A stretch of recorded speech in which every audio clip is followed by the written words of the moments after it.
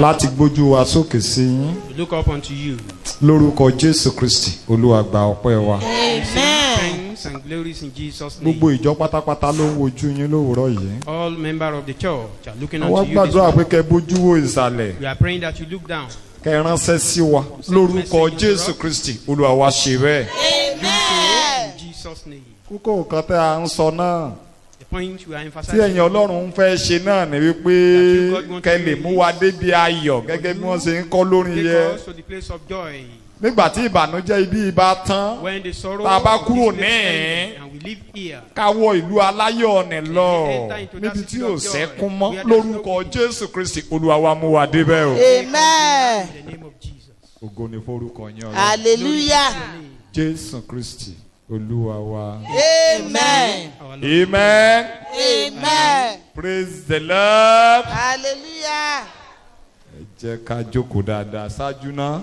Let's have our seats. A dúpẹ́ lọ́wọ́ àwọn ìránṣẹ́ Ọlọ́run fún àǹfààní tán tó fún wa. We thank God for the man of God for the privilege.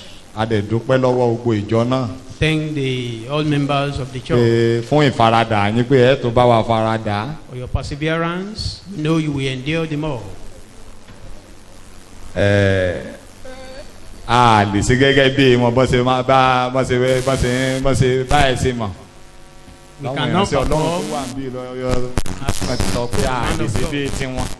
as one of our Nínú nǹkan tiwọn náà làwa náà ti ń gbà pastor said. We take tá a from fi him fún yín. and we Ẹ deliver máa pọ̀ unto sí you. lórúkọ Jésù Kristi. Amen. Ẹ ké hallelujah. Hallelujah.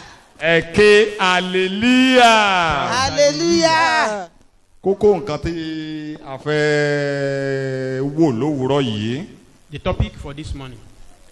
Òun náà ni àkòrí ẹ̀ ni ẹ bá mi wo ìwé Rúùtù yẹn ná. The book of Ruth, Orí kẹta chapter 3, ẹsẹ̀ kẹtàdínlógún verse 20. verse 17. Rúùtù orí kẹta. Ruth, Ibẹ̀ láti- Ó sì wí pé 17. òṣùwọ̀n ọkà báàlì mẹ́fà wọ̀nyí lé ó fi fún mi nítorí ó wí fún mi pé má sì sanwó tọ ìyá ọkọ rẹ lọ.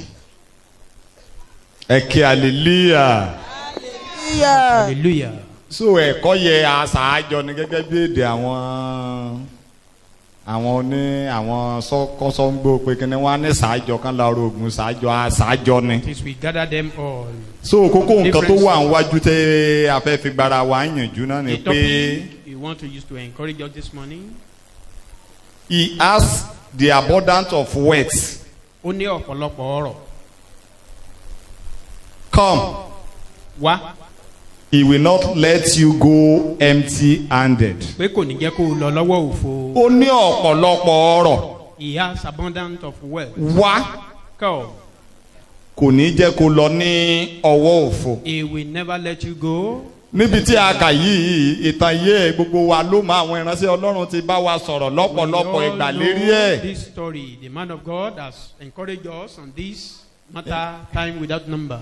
Ìfá Bíbélì gan sọ wípé wòlíì kan ṣoṣo náà ló wà nínú Even the Bible said there is only one prophet. gbogbo àwọn wòlíì tó kù ń gbà látọ̀dọ̀ ẹ̀ náà All ni. other prophets they take from him. So eléyìí táwa náà máa sọ lówùúrọ̀ yìí látọ̀dọ̀ The wọn one náà we ni. want to minister to you this morning is Ó from ní the ọ̀pọ̀lọpọ̀ ọ̀rọ̀. He has abundance of wealth. Wá Come. dájúdájú kò ní jẹ́ kó lọ lọ́wọ́ òfo. Surely he will never let you go. Níbi tí empty-handed. Rúùtù níbi tá a kà yìí. Where we've just read. Rúùtù ń sọ ìrìn àjò ẹ̀. Ruth was telling her story. Ó ní ẹ wo ẹrù tó kó fún mi lélẹ́ẹ̀. Look at what he gave me. Pé òun ò gbọ́dọ̀ lọ lọ́wọ́ òfo. That I mustn't go empty-handed. Èmi náà ń fi dá ọ lójú lówùúrọ̀ yìí. I'm assuring you this morning. Pé lórúkọ Jésù ò ní lọ lọ́wọ́ òfo. You will not go empty-handed. in Mo ní Jesus' lórúkọ name. Jésù ò ní lọ lọ́wọ́ òfo. You will not Amen. go empty-handed in Ta ni ẹni Jesus' tí name. Rúùtù ń sọ ń bì yìí? Who is Ruth talking about here? Ìyẹn ló wà nínú ìwé Rúùtù yẹn orí That is kìíní what orí we have kejì ẹsẹ̀ ìkíní. in Ruth chapter 2 verse 1. Ẹni tí Rúùtù ń sọ ń bì pé ó sọ wí fún mi wípé That he told me, má lọ lọ́wọ́ òfo. don't go empty-handed. Òun ni à ń pè ní Bóásì. The name is Boaz. Òun ló wà ní orí kejì ẹsẹ̀ ìkíní yẹn. It's in chapter 2. Ọlọ́rọ̀ ni. Very Ó rich. ní ọ̀pọ̀lọpọ̀ ọrọ̀. He has abundance of wealth. Rúùtù tọ̀ ọ́ wá. Ruth came unto him. Rúùtù ò lọ lọ́wọ́ òfo. Ruth never go back empty-handed. Lórúkọ Jésù ìwọ náà ò ní lọ lọ́wọ́ òfo. Amen. In Jesus' name. Ẹ tó bá mi ka ilé yìí ìwé Sámúẹ́lì kínní 1 Samuel orí ìkẹsàn-án chapter 9 ẹsẹ̀ ìkọkàndínlógún. verse 19. Ẹ sáré bá mi wò ó. Sámúẹ́lì dá Sọ́ọ̀lù lóhùn ó sì wí pé. Sọ́ọ̀lù lọ síwájú Sámúẹ́lì. Saul went to Ó Samuel. ń béèrè ìtàn tó gbé débẹ̀. Àwa náà mọ̀ a sì lè mẹ́nu bà náà. We know much about his story. Kí dẹ́ ní kúkúrú náà. Sọ́ọ̀lù ń wá kinní kan tó sọnù kiri. Saul was looking for something. Ó ń wá kẹ́tẹ́kẹ́tẹ́ bàbá ẹ̀ tó sọnù ló ń wá kiri. Looking for his father's. Ó ti rin ìrìn ọjọ́ púpọ̀ bóyá ìrìn ọjọ́ mẹ́ta tó ti ṣe làálàá tí ò rí nǹkan kan. He has walked in the area. Ó wá ń gbìyànjú láti padà lọlé. He's now trying to. Ṣùgbọ́n ní ọwọ́ òfo torí kò rí nǹkan tó ń wá. Because he didn't see what he's looking for. Ṣùgbọ́n a dúpẹ́ lọ́wọ́ Ọlọ́run But thank God, pé ó rí ìtọ́ni he received the direction tó fi lọ sí ọ̀dọ̀ Sámúẹ́lì. that took him to. Nígbà tó wá dé ọ̀dọ̀ When Sámúẹ́lì he got there, kí ni Bíbélì sọ? Sámúẹ́lì dá Sọ́ọ̀lù lóhùn ó sì wí Sámúẹ́lì pé. wá dá lóhùn wípé Èmi ni arínà náà. èmi lẹni tó ń wá. I am the seer. Gòkè lọ síwájú mi ní ibi gíga. Go up before me to the high place, Ẹ ó sì bá mi jẹun lónìí. for you shall eat with me today, Ní òwúrọ̀ èmi ó sì jẹ́ kí o lọ. and tomorrow I will let you go, Gbogbo èyí tí ó wà lé ọkàn rẹ lé èmi ó sọ fún ọ. and will tell you all that is on your mind. Wípé kò ní lọ lọ́wọ́ òfo. that she will not go empty. Lónìí wàá bá mi jẹun. Mo ní lónìí ìwọ náà bá Jésù Kristi jẹun. Eat with Jesus. Ó tiẹ̀ ti déwájú ẹ. You are in his presence. Ó ti débi tábìlì. Ó tẹ́ tábìlì oúnjẹ sílẹ̀ ní iwájú mi. He lay a table before me. Ó da òróró lé mi ní orí. Pour oil upon me. Lójú àwọn ọ̀tá wa ó gbé Even in tábìlì the oúnjẹ presence of our sílẹ̀. enemy. Ó ní ó da òróró lé wa lórí aago wa kún àkúnwọ́ sílẹ̀. Mo ní wàá jẹ àjẹyó lónìí lórúkọ Jésù. Ó dẹ̀ ní lọ lọ́wọ́ òfo. Amen. Satisfaction today without. Ṣùgbọ́n ṣáájú náà nǹkan tí mo fẹ́ ka mọ̀ nǹkan tí gbogbo wa náà mọ̀ ni. What I want us to know is what we all know. Látinú Ádámù Right from Adam. ní ènìyàn ti kúrò níwájú Ọlọ́run. Man has departed the presence of Ènìyàn God. ti kúrò níbi ọ̀rọ̀. Man has departed the place of Tá a bá God. wo ìwé Genesis yẹn a rí mọ̀ pé nígbà tí Ọlọ́run dá Ádámù When God created Adam, ó dá Ádámù síbi ìtura. He created him in a comfort zone. Ìbá kó tó dá Ádámù gan Ọlọ́run ti ṣe gbogbo ó ti pèsè gbogbo nǹkan tí Ádámù nílò Even nínú ọgbà before yẹn. his creation, God has prepared the whole place for him. Ó fún ní ìyàwó, ó fún nílé, ó fún lọ́rọ̀, ó fún ní ilẹ̀ nínú ọgbà yẹn. Ó fún ní ìtura gbogbo Even nínú in that ọgbà garden, yẹn. every comfort needed. Ṣùgbọ́n ènìyàn ò pẹ́. But man, Nǹkan tó ń is gbé not- wa bọ̀ gan níbi tá a ti fẹ́ sọ̀rọ̀ gan lénìí nìyẹn. that is the purpose of today's topic. Ádámù kó ìran ènìyàn kúrò níwájú Ọlọ́run. Adam led the generation of men out of the presence of God. Ènìyàn láti ìgbà yẹn ènìyàn wá di ìsáǹsá àti alárìnkiri. Ever since then, man became Ènìyàn wá bẹ̀rẹ̀ sí ní wá nǹkan a tí yóò sọnù wanderer, kiri. looking for what they didn't lose.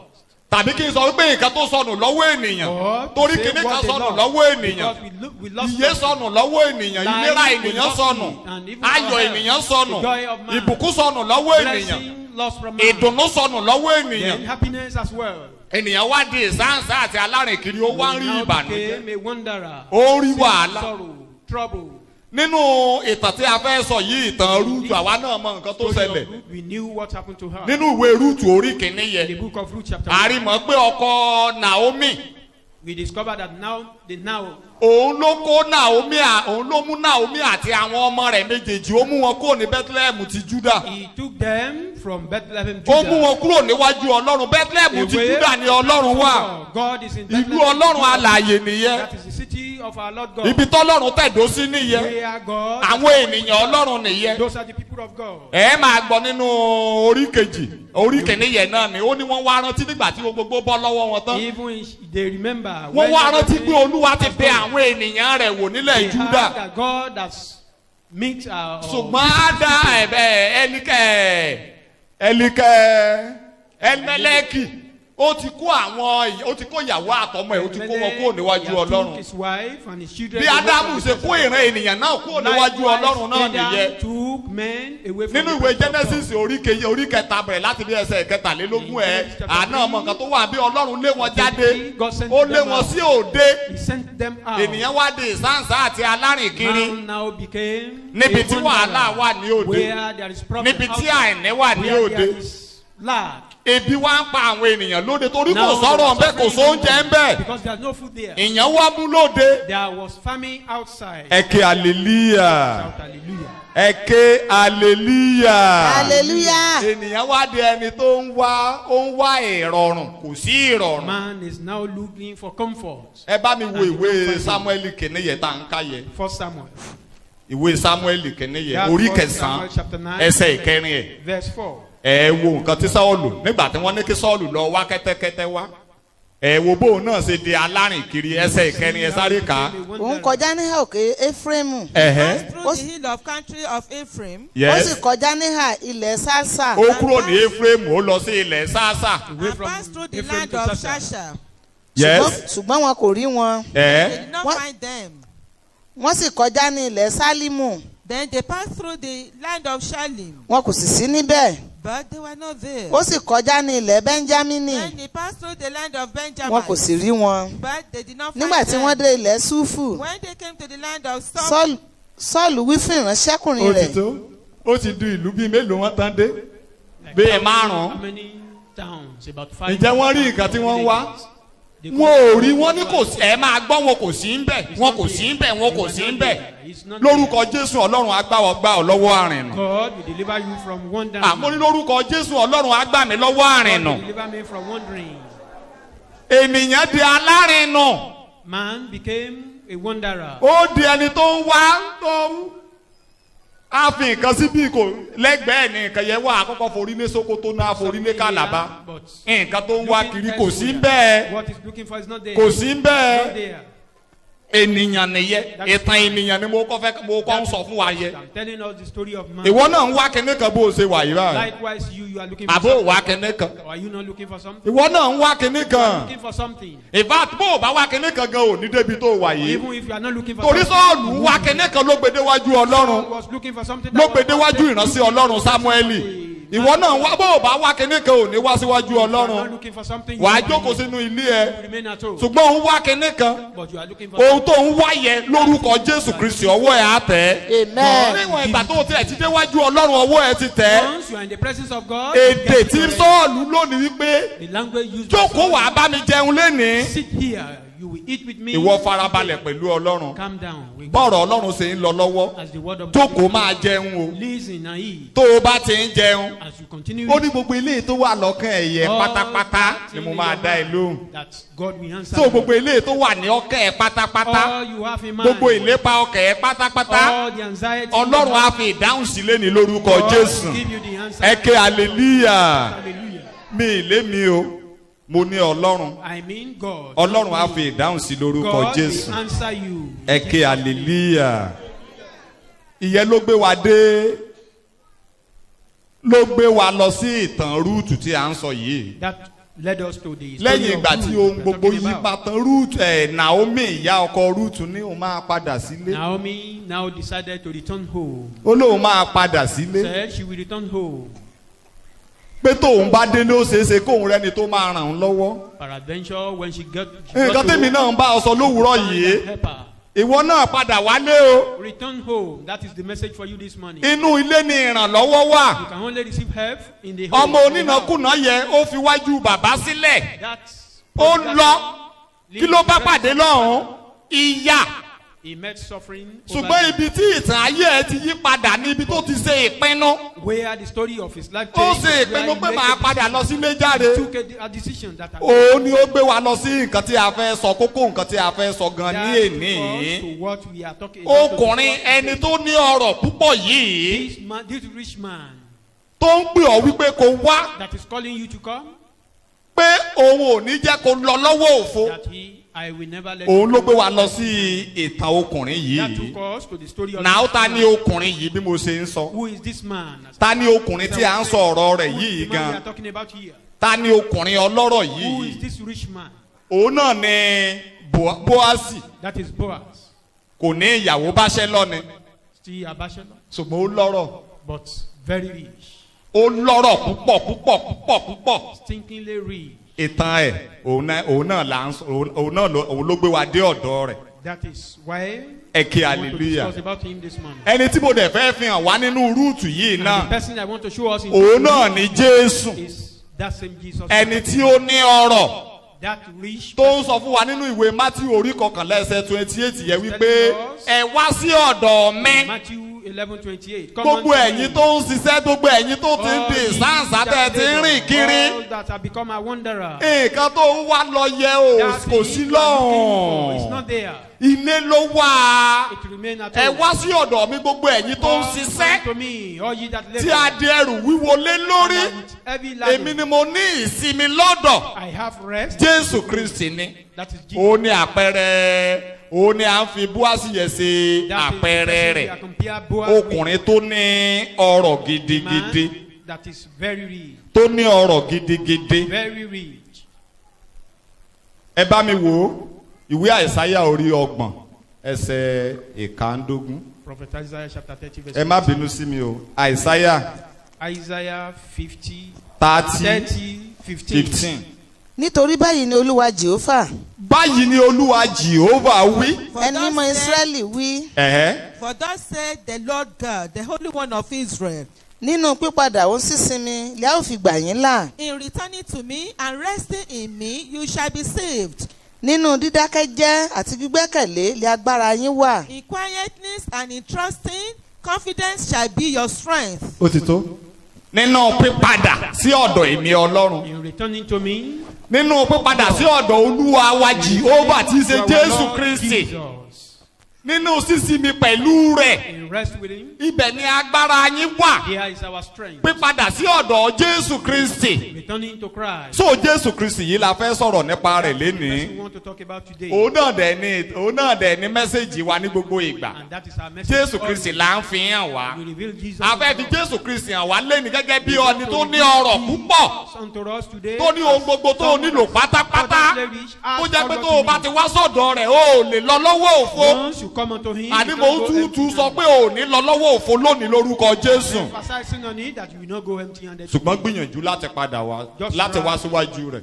To return to his O presence. ti wá sí chọ́ọ̀chì. You've come to the church today. Ṣùgbọ́n kí ló wà nínú ọkàn ẹ tó fi wá chọ́ọ̀chì yẹn? What is in your mind? Eh? The purpose of your coming to church. Pé kàn mọ́ bá a sọ wípé mi ìwà kan mọ́ máa wá mi wálé. For them not to say I am not around. so Tàbí not to pé come to me or pay visit o to fẹ́ me. jẹ gúgúrú àbẹ́pà ni. Or maybe you Rárá o. come here to eat. Ṣùgbọ́n tó o wá Jésù Kristi wálé ní. But the question is, are you looking Nínú for Jesus? pípadà sí ọ̀dọ̀ rẹ̀ àti sísinmi lè gbígbẹ́kẹ̀lé ibẹ̀ ni agbára yín wà. In returning and trusting him, there resides your Àwọn tí power. àwọn tí Àìsáyà ń bá sọ ó ní ṣùgbọ́n wọn The ò fẹ́ people gbọ́. that Isaiah was talking to here, Ó but ṣòro ó ṣe they fún decided not wọn. to listen. It's Ṣé very kò ṣòro ó difficult. ṣe fún ìwọ Is báyìí? it not difficult for you? Ọlọ́run á fi rọ̀ Ọlọ́run lórúkọ Jésù. God make it easy for you. Mo ní Ọlọ́run á fi rọ̀ Ọlọ́run lórúkọ God Jésù make it Kristi. easy for you in Jesus' name. Amen.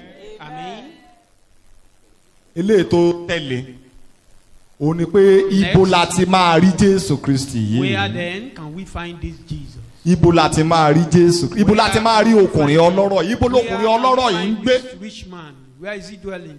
Ibo la ti máa rí. Where can we find him? Ibo ni Bóásì ń gbé. Where does Boaz live? Ẹ má gbàgbé Bóásì ò sí ní Móábù o. Forget, Boaz is not in Moab. Èmi náà ń sọ kò sí ìrànlọ́wọ́ ní Móábù. And I'm saying as well that there's no help in Moab. Bóásì ò sí ń bẹ̀. Boaz is not in Moab. Ẹ má gbàgbé Elimeleki wà ń bẹ̀. Elimelech Títí was tó fi in- kú àtẹ̀padà sílé ó dẹ̀ kú síbẹ̀. Till he died, he never. Àwọn thinking of ọmọ returning kìíní home. ó wà ń bẹ̀. The first son. Wọ́n dẹ̀ gbé bẹ̀. Wọn ò ronú àtẹ̀padà sílé wọ́n dẹ̀ kú síbẹ̀. Returning home. Ọwọ́ wo ò died. tẹ nǹkan tí wọ́n ń fẹ́. Ọmọ They kejì cannot kú achieve ọwọ́ ẹ̀ ò the tẹ purpose. nǹkan tí wọ́n ń The fẹ́. second child as well died without achieving his aim. Torí kídìdí tọwọ́ wọn ò fi tẹ̀. Why do they fail? Wọn ò padà wálé ni. Wọn ò wá síbi tí Bóásì wà. They Ibi fail tí to ìrànlọ́wọ́ return wà. home to where they will receive help. Mo ní Bóásì Bethlehem ti Júdà níbẹ̀ Bóásì ń gbé I bẹ́ẹ̀sì ẹ̀ said nìyẹn. Boaz dwell in the kò Bethlehem. dẹ̀ kúrò níwájú Ọlọ́run. And he never depart from the presence So of iwájú God. Ọlọ́run náà nìwọ náà nílò láti padà Therefore, you sí. need to return to the presence of God. Ibo ni mo ló nílò láti padà sí? Iwájú Ọlọ́run nìwọ náà ní láti padà sí. Return to the presence of God. Gẹ́gẹ́ bí Jésù Kristi. As Jesus, Bẹ́ẹ̀sì ẹ̀ ní inú ìjọ. his base is in the church. Inú ìjọ ló ń gbé. He resides in the church. Ibi tó ti máa padà wá ní tó máa padà sí nìyẹn. That is where you return to. Ibi tí Jésù Kristi ń gbé nìyẹn. Where Jesus Pàápàá dwells. jùlọ ìjọ Ọlọ́run ti Bíbélì tá a gbé kalẹ̀ ìjọ Ọlọ́run ti májẹ̀mú titun. The church of God, of the Bible, of the Old. Of the So Old ìyẹn ló Testament. máa wò ó pé tí à ń sọ ọ̀rọ̀ Ọlọ́run níbí That yìí. is what you. Sẹ́yìn rere pọ́nbélé la jókòó tí ì bí gẹ́gẹ́ bí orúkọ wa. Ibi tá a bá ti Bíbélì ti májẹ̀mú láéláé pé Jésù Kristi kú á sí òkú ẹ̀. Where we talk of the Old Testament that Jesus died, Á sí òkú ẹ̀ ó sọ̀kalẹ̀ lọ sí ipò òkú. Ó jíǹde ní ọjọ́ kẹta. to hell and resurrected the third day. Ó dẹ̀ gòkè lọ sí ọ̀run. Ascended. So ibi tó ti máa rí Jésù Kristi That is nìyẹn o. where you can see Jesus. Mo ní ibi tó ti máa rí Jésù That Kristi is nìyẹn where you o. can see Jesus. Má gbàgbé nínú ìwé Rúùtù orí kìíní yẹn ẹsẹ̀ 19 ibẹ̀ ló ti máa rí bẹ́tẹ̀ Bóásì. There you find Boaz. Tó o bá dé ìwé Jòhánù orí 20 ẹsẹ̀ 19 ẹ bá mi wò ó. John 20 verse 19. Ibo la ti máa rí Jésù? Where can we find Jesus? Àárín ìjọ Jòhánù orí 20 ẹsẹ̀ 19. John 20:19. Kí ni Bíbélì sọ? lọ́jọ́ kan náà lọ́jọ́ kìíní ọ̀sẹ̀ nígbà tí alẹ́ lẹ́ Yes. tí a ti ti ilẹ̀kùn ibi tí àwọn ọmọ ẹ̀yìn gbé Àwọn ọmọ péjọ ẹ̀yìn péjọ gẹ́gẹ́ bí ìjọ. Children, the disciples were Bó tilẹ̀ jẹ́ pé ẹ̀rú wà. though there Ṣùgbọ́n was wọ́n fear, péjọ ìyẹn ò dá wọn dúró láti péjọ. Yes. prevent them from nítorí ìbẹ̀rù gathering. àwọn Júù Kí bẹ́ẹ̀ ni Jésù dé ni wọ́n sọ pé Jésù ṣe? Jésù dé ó wà láàrin wọn ó farahàn láàrin wọn ibi tẹ́ ẹ bá ti rí ìjọ ibẹ̀ lẹ ti máa rí Jésù. There you find Jesus. Pàápàá jùlọ lẹ́yìn àjíǹde. Most especially after Tó bá wo ìwé Lúùkù orí 24 yẹn. in Luke 24. Nígbà tí wàhálà wà tí ìrújú wà. When there was Jésù Kristi tún farahàn láàrin ìjọ. Jesus appeared in the church. So àárín ìjọ ibẹ̀ ni Jésù Kristi ń gbé. Jesus dwelt- Pàápàá jùlọ níbi tá a ti ń ka Bíbélì. Especially where we Tí a read sọ̀rọ̀ ìrere Jésù Kristi. Ibi tó ti máa rí Jésù Kristi nìyẹn o. That's where you can find Jesus. Mo níbi tó ti máa rí Jésù Kristi nìyẹn o. That is where you Ìwé can find ìfihàn Jesus. orí kìíní ẹsẹ̀ 13. Revelation chapter 1 verse Wọ́n tún sọ fún wa ibi tí Jésù Kristi wà. àti láàrin àwọn ọ̀pá fìtílà náà Yes. ẹnìkan tí ó dàbí ọmọ ènìyàn Ẹnìkan tó dàbí ọmọ ènìyàn. Àwọn ìránṣẹ́ Ọlọ́run ti sọ fún wa lọ́jọ́ Tuesday. Ta ni ẹni tó dàbí ọmọ ènìyàn? Tuesday. Jésù Kristi ọmọ ènìyàn. Yes. ẹnìkan tí ó dàbí ọmọ ènìyàn tí a wọ̀ lé aṣọ Yes. tí ó kanlẹ̀ dé ẹsẹ̀ Tó kọlẹ̀ dí ẹsẹ̀ gẹ́gẹ́ bí olórí àlùfáà. Yes. tí a sì fi àmùrè wúrà dì lé ẹ̀gbẹ́ orí rẹ̀ àti irun rẹ̀ funfun bí ẹ̀gbọ̀n òwú ó funfun bí snow Láàárín ọ̀pá fìtílà ó ń bójú tó ìjọ. Taking care So of ibi tó ti máa rí Jésù Kristi nìyẹn o. that is where you will find Jésù Kristi ń bójú tó ìjọ. Jesus is taking Mo care ń of sí ọ, mo ń ràn ọ́ lọ́wọ́ pé mo ń sí ọ lójú lówùúrọ̀ yìí pé kí wọ́n náà rí Jésù. I'm appealing to you. O ti dé àárín ìjọ lówùúrọ̀ You are yìí. in the midst of Jésù Kristi ìwọ gẹ́gẹ́ bí ìjọ ọ̀pá fìtílà kọ̀ọ̀kan ní bá a ṣe wà ẹ́ ọ̀pá fìtílà ni ọ́. candlestick individual. Mo gbàdúrà pé lórúkọ Jésù Kristi ìmọ́lẹ̀ tiẹ̀ ò ní di òkùnkùn. May your life Mo not ní go to darkness. Jésù ò ní jẹ́ kó di òkùnkùn ni ó ń bójú tó ọ̀pá fìtílà. He's taking care of the lamp of the candlestick.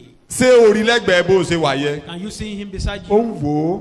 Báwo làgọ́ ara ẹ̀ ṣe rí? How are you Báwo feeling? ni àwọ̀ ẹgẹ́ He bí will dókítà ti máa ń he will examine? observe you. He will So ó examine wo you. ẹnìkọ̀ọ̀kan wa bá a ṣe dúró lówùúrọ̀ Examine every yìí. one of us. A make sure wípé ìmọ́lẹ̀ ẹ̀yẹ fìtílà ẹ̀yẹ ò fìtílà rẹ̀ ò kú Make sure that fìtílà rẹ̀ ò dẹ̀ nídìí òkú lórúkọ Jésù Kristi. May your lamp- So ibi tí Jésù Kristi wà nìyẹn.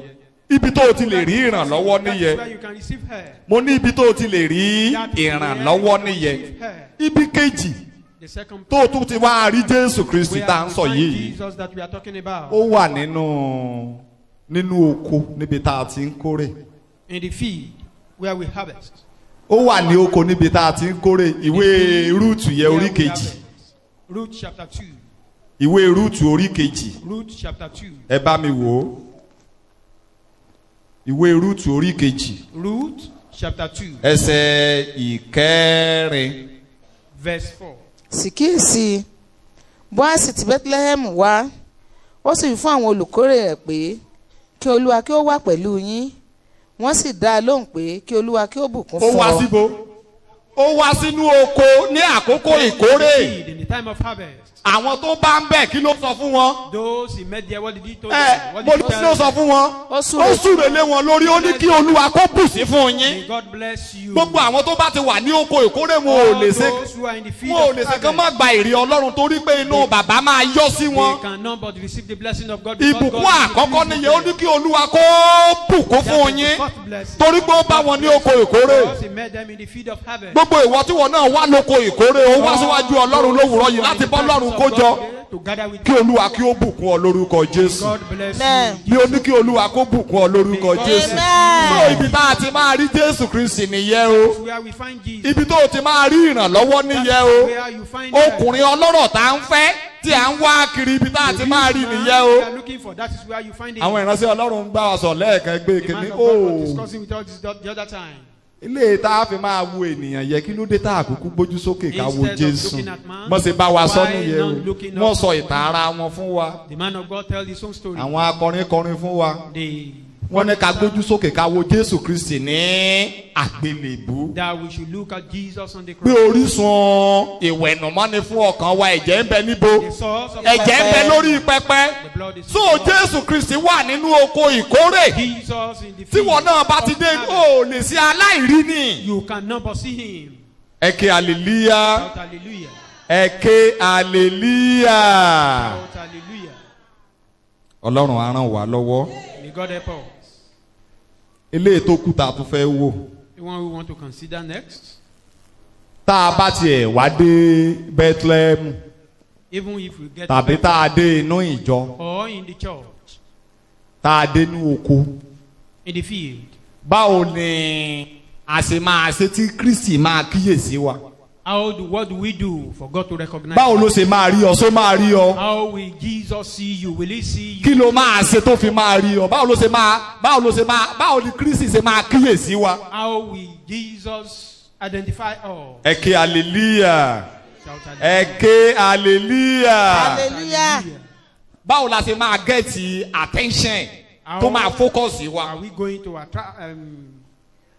get his own attention? ẹ ké hallelujah. ẹ ké hallelujah. Hallelujah.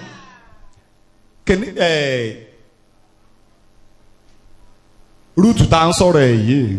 The same road we are ó talking ṣe about. kìnní kan sẹ́yìn mọ̀ pé òun ni mo láà gbé síwájú wa tá à ń She wò. did something. She is the person we are kí ló ṣe. observing now. number one náà What did she do? tá a bá wo orí kìíní ìwé rúùtù yẹn ibi tó ti bẹ̀rẹ̀ ìrìn àjò ẹ̀ nìyẹn. Looking at chapter 1 of. ẹ má gbàgbé ọmọ ìrankíran ni o bí gbogbo wa náà ti jẹ́ ní ìgbà kan rí. He's a Gentile as we kí ni are mo pè wá o. before. bíbélì ló pè wá bẹ́ẹ̀ ọmọ ìrankíran ni Why wá. do you call us like that? Bad generation. so oko àṣenù làwa náà wà ní ìgbà We are kan. in the field of ways before. so bí gbogbo ènìyàn ṣe rí. so ọmọ ìrankíran ni rúùtù ní ìgbà kan. Ruth is from a bad generation. ṣé ẹ mọ̀ bíbélì sọ wípé eré ìje kì í ṣe fẹ́ni tó mèrè sá. No, the Bible said the race is ó not ní for the ìjà tẹ́wú strong. yẹ kì í ṣe fálágbára. Even the context is not for the strong. ọgbọ́n gan kì í ṣe fáwọn tó rò pé wọ́n gbọ́n. Wisdom is not for ó those ní who think gbogbo they nǹkan is are. just by chance. Pé gbogbo nǹkan wọ̀nyí ìṣeéṣe ni. ó máa ń ṣèèṣì by chance. bó o bá ṣe wá lò ó ọ̀pọ̀tọ̀ ẹ̀ àǹfààní tó o níyẹn bó o bá ṣe lò ó. Then the way you use the privilege or the opportunity you have. rúùtù ní àǹfààní kan. Ruth has a privilege. ibi tá à ń lọ gan nìyẹn ìyẹn náà ni gbogbo wa náà ní. That is where we are tá a fi going. wá síwájú We Ọlọ́run. all have today. rúùtù ní àǹfààní He has tó fi wọ ilé Elimeleki to have entered into the bó tilẹ̀ jẹ́ wípé and found himself. ní ìlú òdì kejì. Though in the other town, ṣùgbọ́n sẹ́yìn mọ̀ wípé iná díẹ̀ wà nínú Elimeleki àti Naomi. but don't forget there is a little light. nígbà tán fi máa kúrò òǹlé Naomi and àwọn gan dá Ọlọ́run wọn mọ̀. they knew their God. so nílùú Máàbù yẹn rúùtù bára ẹ̀ bẹ́ẹ̀ torí pé ó fẹ́ ọ̀kan nínú àwọn ọmọ in the yẹn. land of Moabite. so a ti máa gbọ́ ọ̀rọ̀ wípé ibi tá a ti kúrò adẹ̀ lọ́lọ́run o. She must have been. ìyẹn ló máa jẹ́ kí n dẹsẹ̀ dúró díẹ̀ níbi tí mo wà yìí gan. I will stop. Ọlọ́run á ràn gbogbo wa lọ́wọ́ May o. God help all of us. Àwọn ènìyàn tó ń gba ọ̀dọ̀ wa kọjá. Those who are passing by. Ṣé wọ́n rí ìmọ́lẹ̀? Can they see the light in us? Ṣé à ń fi Jésù Kristi hàn wọ́n? Ṣé à ń fi Ọlọ́run hàn wọ́n? Are we revealing God? Má gbàgbé Bíbélì yìí lóòótọ́ àṣà ní ìdílé tí ò sí. Rarely you can find a family without Bible. Àìmọye Bíbélì gan tẹ́ rà fún mi tí mi ò sí ẹ́. Kẹ́nẹ́ kan láti ẹ̀ máa ń ṣe lílé wa pé wà á mọ sáàmù. O gbọ́dọ̀ mọ What we sáàmù. do in our family then is you At least must know. láàárọ̀ wà á ka sáàmù mẹ́ta sórí. At least you Gbọ́dọ̀ cry dádì mi. some about Wà á things ká. Ilé tí mo bá dẹ̀ kà kọ́ lábúrò ẹ̀ máa kà lẹ́gbẹ̀ẹ́ kọ́ máa olúkálùkù máa mọ̀. individually. Mẹ́ta, you must know ìyẹn la it. mọ̀. 3, that is what we know. Ẹ kí hallelujah. Ṣùgbọ́n ọ̀pọ̀lọpọ̀ ìdílé ni ò tí ẹ̀ wó. But thousands of family don't even open the Àgbẹ̀ Bible. Bíbélì àfihàn rí. We will use it as a pillow. Àrí Jésù Kristi nínú ìwà Don't wọn. even see Àrí Christ in Jésù their Kristi character. nínú ìṣe We wọn. don't see Àrí Christ in Jésù their Kristi actions. nínú ọ̀rọ̀ We don't wọn. see Christ in their Ṣùgbọ́n words. Naomi But now, ó fi Jésù Kristi hàn nínú ìdílé he yẹn. revealed Jesus in that family. Ẹni kí ni mo ṣe Bíbélì sọ wípé ó fi Jésù Kristi hàn. You may be asking me, how do I Bíbélì know sọ that? bẹ́ẹ̀. Bible said it. Nínú ìwé Rúùtù yẹn náà ni. In that book of Ruth. Orí kìíní tá a bá wo ẹsẹ̀ sísìn àbí kankan. rúùtù sì wí pé Ẹ má ṣe rọ̀ mí láti fi ọ́ sílẹ̀ yes tàbí láti padà kúrò lẹ́yìn rẹ yes nítorí ibi tí ìwọ bá lọ lèmi ó lọ ibi tí ìwọ bá sì wọ̀ lèmi ó wọ̀ yes àwọn ènìyàn rẹ ni yóò máa ṣe ènìyàn mi yes. ọlọ́run rẹ ni yóò sì máa ṣe ọlọ́run mi. Ọlọ́run ẹ̀ ló máa ṣe kéne. Ìyẹn nìyí pé Rúùtù ti jẹ́ kó mọ̀ pé òun lọ́lọ́run. Means Ruth has Àwọn Naomi ti jẹ́ kó mọ̀ pé òun ní Ọlọ́run. They had God. Mo ní àwọn èèyàn mélòó ìwọ́tọ̀ ẹlòmíì nínú wa ní àǹfààní. Many of us, we have the opportunity. A máa ní bóyá ẹnìkan tó ń bá wa gbé. Maybe someone is living with us. Adé bóyá ó lọ ọdún méje ó lọ. Adé lọ bẹ́ẹ̀ náà kò dẹ̀ ní kò ní fara kóná kúrò lọ́dọ̀ wa. And we just go And- free like that. We will not reveal Christ unto him in a day. Not showing them. Wọ́n á dẹ̀ lọ bẹ́ẹ̀ náà. Wọ́n á dẹ̀ lọ bẹ́ẹ̀ wọ́n á padà wá bẹ́ẹ̀ náà. Ṣùgbọ́n Naomi ò ṣe bẹ́ẹ̀. Naomi didn't do Bó tilẹ̀ jẹ́ pé nǹkan ṣe ọwọ́ lòdì ṣùgbọ́n Naomi ń fi hàn Rúùtù wípé òun ní Ọlọ́run. things were contrary. Bí Ọlọ́run even wọn with dẹ̀ them. lágbára. Reveal it unto them that their God is powerful. Kéné kan ni a máa ń sábà bóyá àwọn tó wà nílé wa fẹ́ kan mọ̀ wípé a tóbi. One thing we normally brag of Pé is àtúnṣe àwa la ń sanwó wa àwa la ilé tó ń gbé ya a lè lé wọn kúrò ní ilé àyíká yìí àwa ló ní. we can even chase them out Ṣùgbọ́n of the Rúùtù house. ò sọ bẹ́ẹ̀. But Ruth didn't do that. Mi ò ṣe bẹ́ẹ̀. I mean, Bó Naomi tilẹ̀ didn't jẹ́ do wípé that. Bíbélì sọ wípé àwọn ọmọ ọ̀dọ̀ tàbí àwọn ọmọ nínú ilé wọn gbọ́dọ̀ bẹ̀rù Olúwa wọn gbọ́dọ̀ bẹ̀rù bàbá wọn. Though Bible told us that the children Ṣùgbọ́n ìwé Éfésù orí kẹta ẹsẹ̀ karùn-ún ló sọ pé a gbọ́dọ̀ bẹ̀rù onígbà tó dé orí kẹsàn-án ẹsẹ̀ ìkẹsàn-án ìwé Rúùtù yẹ. that Ruth, verse 9. Ìwé Éfésù jàre ìwé Éfésù yẹ. Ephesians Tá a bá wo ẹsẹ̀ ìkẹsàn-án bẹ́ẹ̀ orí karùn-ún ẹsẹ̀ ìkẹsàn-án yẹ. chapter 5, verse 9. Àgbọ̀ nǹkan tó sọ. We see what he said. Ẹ bá here. mi wò ó. Yes. Éfésù. Ephesians chapter 5, verse 9. nítorí èso ẹ̀mí wà ní ti ìṣoore gbogbo Orí kẹfà sọ́rí. Chapter 6. àti ẹ̀yin olúwa Ẹ̀hẹ́. ẹ máa ṣe nǹkan náà sí wọn Yes. ẹ máa dín ìbẹ̀rù yín kù Kí ló ní ká máa ṣe? máa dín ìbẹ̀rù Ẹ wa dín ìbẹ̀rù yín kù. Wọn ò bí ìbẹ̀rù bá ti pọ̀ jù wọn ò ní. Reduce your fear. Wọn ò ní rí Ọlọ́run. When the fear is too much. Mo ní bàbá you kan. will see God. Bàbá ló jẹ́ dádì mi ni o. I know a man. Let me call him Àbúrò my dádì father. mi ni. Ọlọ́run bùkún díẹ̀. Olówó dẹ̀ lórúkọ.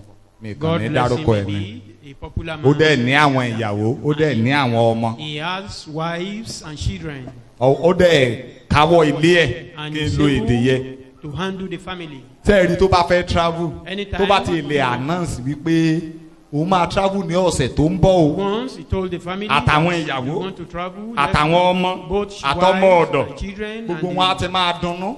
They will be happy pé kọ́lọ́run sáà jẹ́ kọ́sẹ̀ tó ń bọ̀ tètè dé that next week should come kọ́lọ́run on jẹ́ time. kọ́sẹ̀ tó ń bọ̀ tètè dé That next week should come on tọ́sẹ̀ tó time. ń bọ̀ bá dé tó bá sọ pé mo ń lọ o If next week now come and he said, I'm going, ọ̀sẹ̀ méjì ni mo máa lò lọ́hún o I'm spending 2 weeks sẹ́ẹ̀rì there. ní kété tó bá ti wọnú mọ́tò bá ẹ̀ Immediately you enter into tó o the bá vehicle. dénú ilé yẹn wà á rí ayọ̀ ń bẹ If you get to that family, you can see, you will see wà joy. á gbá mọ̀ wípé ayọ̀ wà ń bẹ You will know there is joy in that family. sẹ́ẹ̀rì nígbà tó bá ti wá ń ku ọ̀tún la tí dádì máa dé When it's about 2-3 ìbànújẹ́ ti days, wọnú ilé then sorrow, wọn á fẹ́ ilé máa gbàdúrà pé ọlọ́run má mà jẹ́ kí bàbá yìí dé mọ́. almost praying that this man should not return nǹkan tí mo ń again. sọ yìí nǹkan òótọ́ ni orí ìwọ ni o tó o bá wọ ìwọ tó nígbà tí ò sí ilé tó o bá wọlé yẹ When the man is absent, you tó o should bá go wá to that padà wá family. lọ́jọ́ tí bàbá bá And dé you now come in the day the wà á man is rí around. ìyàtọ̀ nínú ilé yẹ See the ìdí difference akan in that gógógó family. This thing will be so.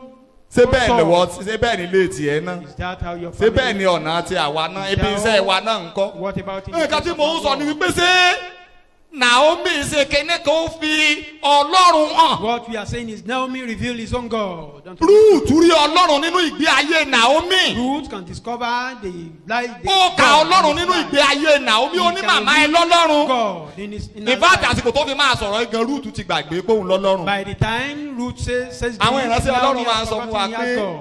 nǹkan tá a bá ti fún ènìyàn The òun man ni of God tiwa will tell us that whatever you give sórí to man nǹkan is tó o bá ti dìdá ní yours. kì í ṣe tiẹ̀ What you hold unto yourself it does not eléyìí tó o belong bá to fún you. ènìyàn The one you give out ǹjẹ́ ẹ mọ̀ wípé bóyá ni Naomi ìbá fi padà sílé hardly could now. lóòótọ́ ló ṣe ìpinnu pé òun fẹ́ lọ lé ṣùgbọ́n Though he determined tó bá ń lọ he determined- pẹ̀lú ọkàn tó fi ń lọ lé yẹ But for ó her ní to ó return lóun home lọ without ó ní òun wá ní without kẹ́kẹ́ ó lóun wrong lọ ní ahoro said, I came here in full and ó the ṣeé ṣe son kó of dé them- ìlàjì ọ̀nà kó lọ pokùnso possibly she may get to the midway and torí lásìkò yẹ herself. ó ti gbàgbé pé báyà òun ní Ọlọ́run àkókò yẹ náà máa ó lè wá ó máa ń she wá has forgotten she has God. ṣùgbọ́n ó That ti time fún to come to ó the ti life fún of Rúùtù ní Christ. kinní kan But she has given ó ti jẹ́ kí Ruth Rúùtù mọ kinní kan so Ruth had- nínú gbogbo ìrìn àjò ẹ̀ Rúùtù ló wá sọ fún pé màmá ẹ fọkàn balẹ̀ o in her journey. It is Ẹ because lọ́lọ́run. Ruth that is now màmá ẹ controlling fọkàn her. balẹ̀ o ẹ Calm lọ́lọ́run down, o woman, so you náà have tún God. wò ó ah Ruth, then Naomi will so ní mo imagine lọ́lọ́run again. pẹ̀lú gbogbo nǹkan tó ṣẹlẹ̀ You sí mi mean I ẹ have God lọ́lọ́run with màmá all this? You have God. ẹ lọ́lọ́run You màmá have God.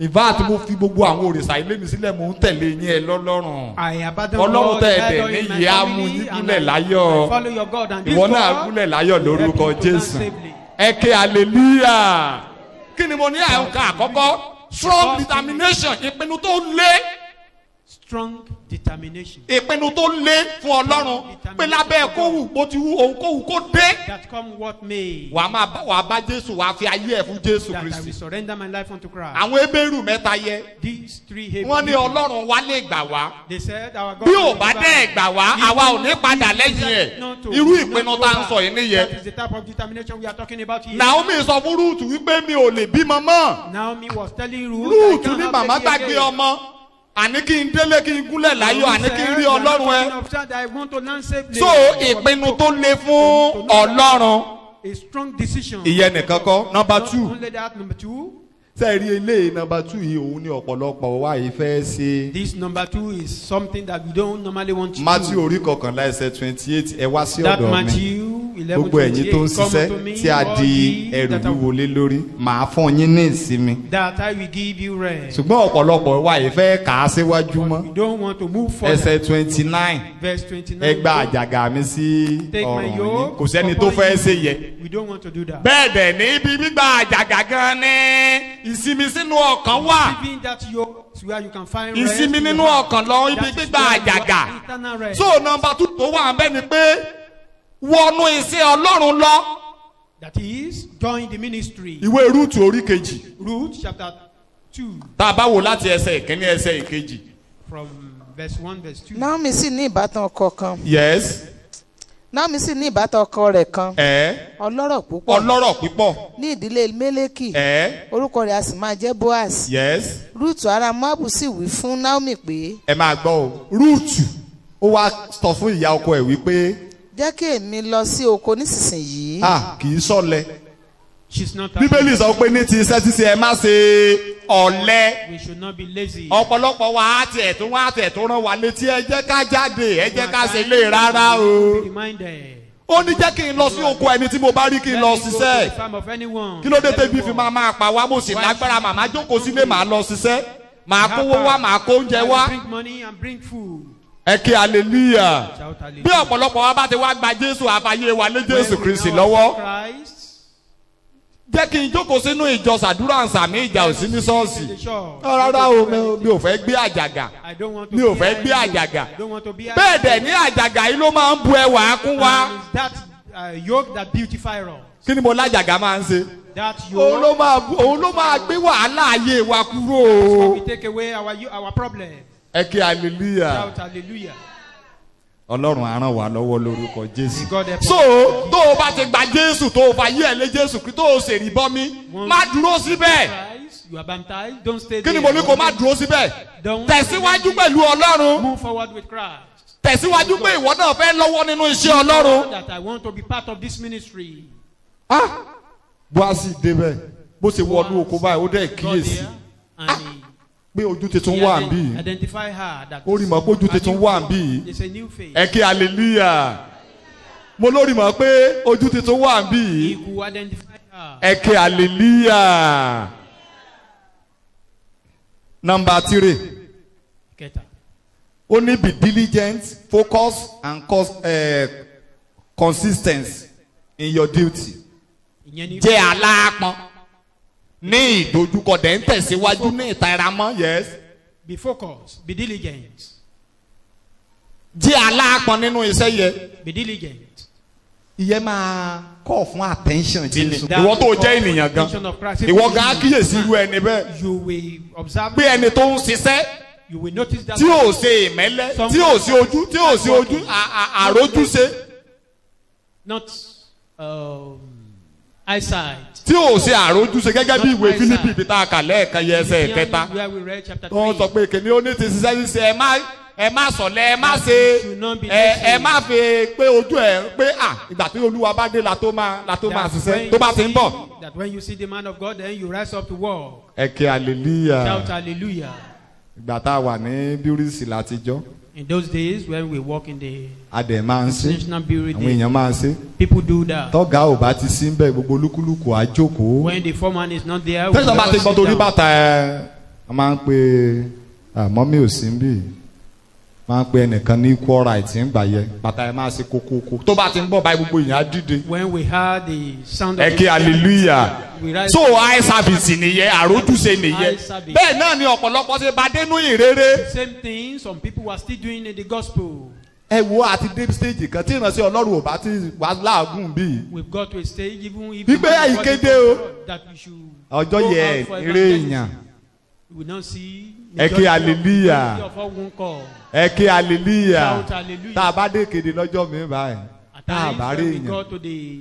Àwọn bàbá wọ́n ní ẹ mọ̀ pé ìránṣẹ́ Ọlọ́run ò dìde kó sọ̀rọ̀ kó tún gbé dáadáa kó tún gbé lárugẹ. Ẹ kí hallelujah. So gbogbo wa ti di abẹ́rẹ́ bá a bá fokùn sí wa nídìí àná ṣiṣẹ́. Ṣùgbọ́n tá a bá fẹ́ kí Ọlọ́run kó kíyèsí wa kí Jésù Kristi kó kíyèsí wa á kíyèsí iṣẹ́ wa báwo la ṣe ń ṣe. So ohun kan tó kọ́ fún attention tó dún attention Bóásì sí rúùtù nìyẹn. Èkéní náà ó kọ́ rí mọ́ pé ojú tuntun ti dé bẹ́ẹ̀. Èkejì ó rí mọ́ wípé. And secondly, ìbá tó béèrè lọ́wọ́ olórí olùkórè. Olórí olùkórè gan kíyèsí rúùtù. Even that person. Ó ní bàbá ó ní látàárọ̀ tó ti dé ó ní kò dúró. Since morning this lady. Ó ní bó ti ń sá sókè ló ń sá sódò. Tọ́ba ni wọ́n fẹ́ gbé máìkì á bá wọn gbé. Tọ́ba ni wọ́n fẹ́ gbálẹ̀ ìbẹ̀lẹ̀ tí máa rí. Wọ́n bá dé òkè náà fẹ́ kú ìbẹ̀lẹ̀ tí máa rí. Bí àfẹ́ kọ̀ọ̀kan táwa náà kíyèsí gẹ́gẹ́ bí ènìyàn ó yẹ kó sinmi ló lọ sinmi nínú ilé. Ṣùgbọ́n tó bá jẹ́ ó ṣiṣẹ́ o. But for work of the world. Bóásì mèrè. She is very strong. Ẹ ké hallelujah. Ẹ ké hallelujah. Hallelujah. Ṣé a máa rí nǹkan náà rí wí sí wọ̀ náà? Can we see something? Ṣé àná pé ọ ní òkú ọ̀lẹ? Òun rorò. Ẹ ké hallelujah. Shout hallelujah. Ẹ ké hallelujah. Hallelujah. Tá a bá wo ìwé Rúùtù orí kejì ẹsẹ̀ ìkeje sí ìkẹsàn àárí yẹ eléyìí tó tún wà ń bẹ Rúùtù tẹ̀lé ìtọ́ni. She follows instruction. Adarí ó tẹ̀lé ìtọ́ni Naomi. He followed the instruction of. bí Naomi ṣe ń sọ pé láti ìgbà tó ti ṣe ìpinnu gbòógì tó ti bá wọnú Bethlehem. Since she determined and entered into tí Naomi bá ní Bethlehem, ó yá sùn síbẹ̀ yẹn ó máa sùn. whatever commandment. dìde o ó yá dìde ó yá lọ síbí ó máa lọ síbẹ̀. so ó tẹ̀lé ìtọ́ni so àwa náà gbọ́dọ̀ tẹ̀lé ìtọ́ni adarí wa ìránṣẹ́ Ọlọ́run lókùnrin ìránṣẹ́ Ọlọ́run lóbìnrin pàápàá jùlọ àwọn tó ń ka Bíbélì sí wa àwọn tó ń sọ inú Ọlọ́run fún wa tí wọn ò sọ inú ara wọn tí wọn ò sọ ètò ara wọn ṣùgbọ́n tí wọ́n gbé Bíbélì tí wọ́n kà á sí wa pàápàá jùlọ ohun tí Ẹ̀mí Mímọ́ ń bá wa sọ lórí ayé wa tí wọ́n ń sọ fún wa. ìgbà táwọn ìránṣẹ́ Ọlọ́run bá ń sọ̀rọ̀ tó bá ń sọ̀rọ̀ nígbà míì àwọn ẹlòmíràn bínú wọn á ní ẹnìkan ti lọ sọ̀rọ̀ mi fún pásọ̀. Gone to tell èmi ló fi ń wàásù tí wọn ò bá fi wá wàásù ẹranko nìkan fi wàásù. if you are not used to preach. in fact then. nǹkan tó yẹ ká máa gbàdúrà gan ni Olúwa k'Ọlọ́run tú àṣírí wa fún ìránṣẹ́ Ọlọ́run wọn ò ní ráyè láti ràn wá lọ́wọ́ ìgbà tán bá rí wa t'Ọlọ́run tan ìmọ́lẹ̀ sínú ayé wa fún wọn ìgbà yìí ni wọ́n á rí wa ràn lọ́wọ́ ṣùgbọ́n ẹlòmíràn rárá o. but some people know.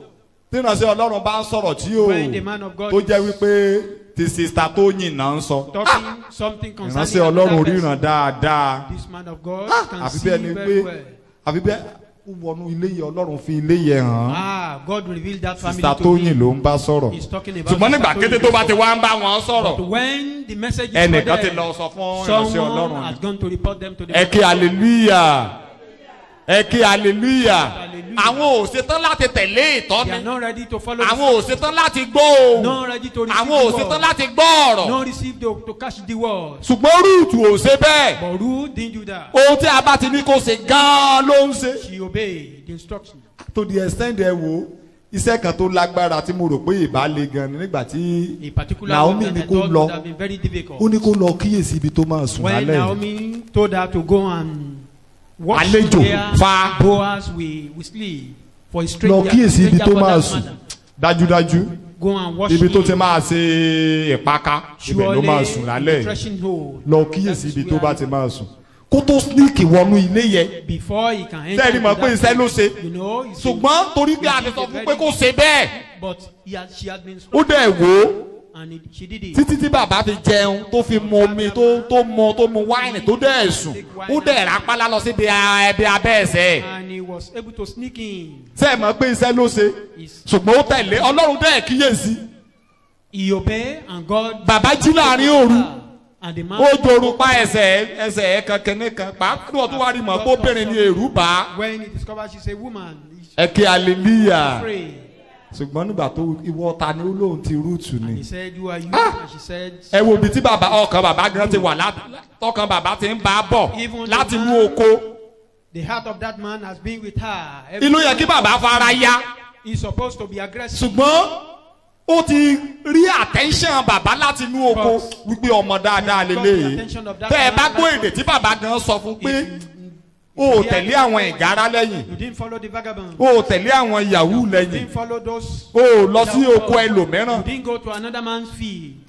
ó bẹ̀rẹ̀ sí ní súrele lórí gẹ́gẹ́ bí èdè táwọn ẹbí ẹsẹ̀ táwọn bàbá fún wa lówùúrọ̀ yìí ìwé Rúùtù orí kejì ẹsẹ̀ ìkejìlá ó ní kí Ọlọ́run kó kíyèsí kí Ọlọ́run ó ní Ọlọ́run abẹ́ ìyẹ́ apá ẹni tó wá ààbò ó ní kó kíyèsí so nígbà tó gbọ́ wípé ó rí mọ̀ pé Rúùtù ni ọkàn ẹ̀ yọ ẹ kí hallelujah wọn ò lè sí wọn ò tán bá darí wa wọn ò lè sì wá darí o ìyẹn la fẹ́ gbọ́ bọ́n bá sọ̀rọ̀ bọ́n bá tọ́jú bọ́n bá bá àwọn ọmọ wa sọ̀rọ̀ inú á bí wa bọ́n ní àwa gan ò sí dáadáa inú á bí wa wíárà gẹ́gẹ́ bí àwọn bàbá wa ṣe lọ́jọ́ wọ́n ní gẹ̀rígẹ̀rí ni bàbá. ṣe gbọ́ lájọ àtàwọn dádì ìyọ̀lá ń sọ fún preparatory kéde tán ṣe fún wa lọ́jọ́ yẹn wọ́n fẹ́ abágbérun wa dé ọ̀dọ̀ bàbá tàbẹ́yìn obìnrin tẹ́ fẹ́ dirun ẹ tó ń dirun yẹ ẹ orí yín dé ilé ẹ sì orí yín dé ilé a máa ṣùgbọ́n tá a bá fẹ́ fara balẹ̀ kí ló máa gbé jáde ẹwà títa ríro la máa ń kọlà bó bá jiná tá a ṣe kíni òun la fi máa ń soge ẹ kí hallelujah. Hallelujah. ìyẹn ní pé Rúùtù farabalẹ̀ fún ìtọ́ni ó dẹ́ tẹ̀lé. Ruth was humble for instruction and ó farabalẹ̀ ó rí ara rẹ̀ sílẹ̀ ó dẹ́ tẹ̀lé ìtọ́ni. so nípasẹ̀ bẹ́ẹ̀ ó ṣe oríire ìwọ náà ṣe oríire lórúkọ Jésù. ẹ kí hallelujah. Hallelujah. ẹ kí hallelujah. Hallelujah. ìwé Rúùtù Same Ruth, orí kẹta chapter 3, ẹsẹ̀ ìkẹrin. verse 4. yes yes. yóò sì ṣe nígbà tí ó bá dùbúlẹ̀ kí ìwọ kí ó ẹ bẹ̀rẹ̀ kíyèsí. láti ẹsẹ̀ ìkejì. ǹjẹ́ nísinsìnyí ìbátan wa kí Bóásì ṣe yes. ọmọbìnrin ọ̀dọ́ ẹni tí ìwọ ti ń bá gbé ẹ kíyèsí ó ń fẹ́ ọkà báàlì lé alẹ́ yìí ní ilẹ̀ ìpakà rẹ̀ nítorí náà wẹ̀ kí o sì para kí o sì wọ aṣọ rẹ kó o sọ̀kalẹ̀ lọ sí ilẹ̀ ìpakà. ó ti tó. ẹ kí hallelujah. Shout hallelujah. nítorí náà kó ṣe kíni wẹ̀ Take your bath, para kó tún ṣe kíni your body, wọ aṣọ rẹ. in your clothes. ìwé oníwàásù Ecclesiastes orí kẹsàn-án ẹsẹ̀ ìkeje ìkẹjọ. chapter 9, máa bá tìrẹ lọ 8, ẹsẹ̀ ìkeje ẹsẹ̀ ìkẹjọ torí àkókò. 8. jẹ́ kí aṣọ rẹ kí ó máa fún nígbà gbogbo wọṣọ make sure pé aṣọ rẹ ń funfun ní ìgbà gbogbo. irú aṣọ wo ni ẹ dúró ná. Very tidy. irú aṣọ wo ni. What type of garment are we talking about? ẹ má gbàgbé lọ́jọ́ tá a bá ti gba Jésù Kristi gẹ́gẹ́ báwọn ìránṣẹ́ Ọlọ́run ti sọ fún wa la fún wa ní aṣọ. The man of God usually pàápàá jùlọ tó lọ ṣe ìrìbọmi wọ́n á fún wa ní aṣọ. especially when you aṣọ ìgbàlà nìyẹn. are given the garment of salvation. àwọ̀ aṣọ àwọ̀ agbádá ìgbàlà. Given a garment of salvation. ìwé Àìsáyà 61:10 ló sọ pé ó dé èmi ò yọ̀ gidigidi nínú Olúwa Ọlọ́run mi fún aṣọ tó fún mi lọ́dún tí mo gba Jésù. Given me. àwọn màmá yẹ ló kọ ó ní olórin yẹ ó ní ọjọ́ ńlá ní ọjọ́ tí mo yan Jésù Kristi torí ó fà á fún ọ lásán lọ́jọ́ yẹ. ẹ kí hallelujah. so àgbádá ìgbàlà yẹ òun ni wọ́n ń sọ níbí yìí. ìmúra ìrere yẹ òun ni wọ́n ń sọ níbí yìí. wọ aṣọ rẹ. Put on your garment. wọ aṣọ rẹ gbé aṣọ ìrere wọ̀ gbé aṣọ ìgbàlà wọ̀. The garment of salvation. ẹ kí hallelujah. aṣọ ìrere aṣọ ìgbàlà yẹ gbé wọ̀. The garment of gospel. yes kí ni Bíbélì ń sọ yẹ bí tẹ́yìn ká yẹ. jẹ́ kí aṣọ rẹ kí ó máa fún nígbà gbogbo kí o má sì jẹ́ kí orí rẹ kí ó ṣe aláìní òróró ìkunra. má jẹ́ kó rí rẹ̀ ṣe aláìní ààbò. Don't lack God protection. má jẹ́ kí orí rẹ̀ kó ṣe aláìní òróró orí ẹ̀ ò ní gbẹ lórúkọ Jésù. Your anointing. mo ní òróró orí ẹ̀ ò ní gbẹ lórúkọ Jésù. ó sọ fún Rúùtù fi ìkunra sára. Put grease to your body. ó ní kó ṣe kí ni Your body. ó ní kó wọ aṣọ ẹ̀. Put on your garment. wọ aṣọ ẹ̀ fi òróró ìkunra sára. And oil as well. ẹ kí hallelujah.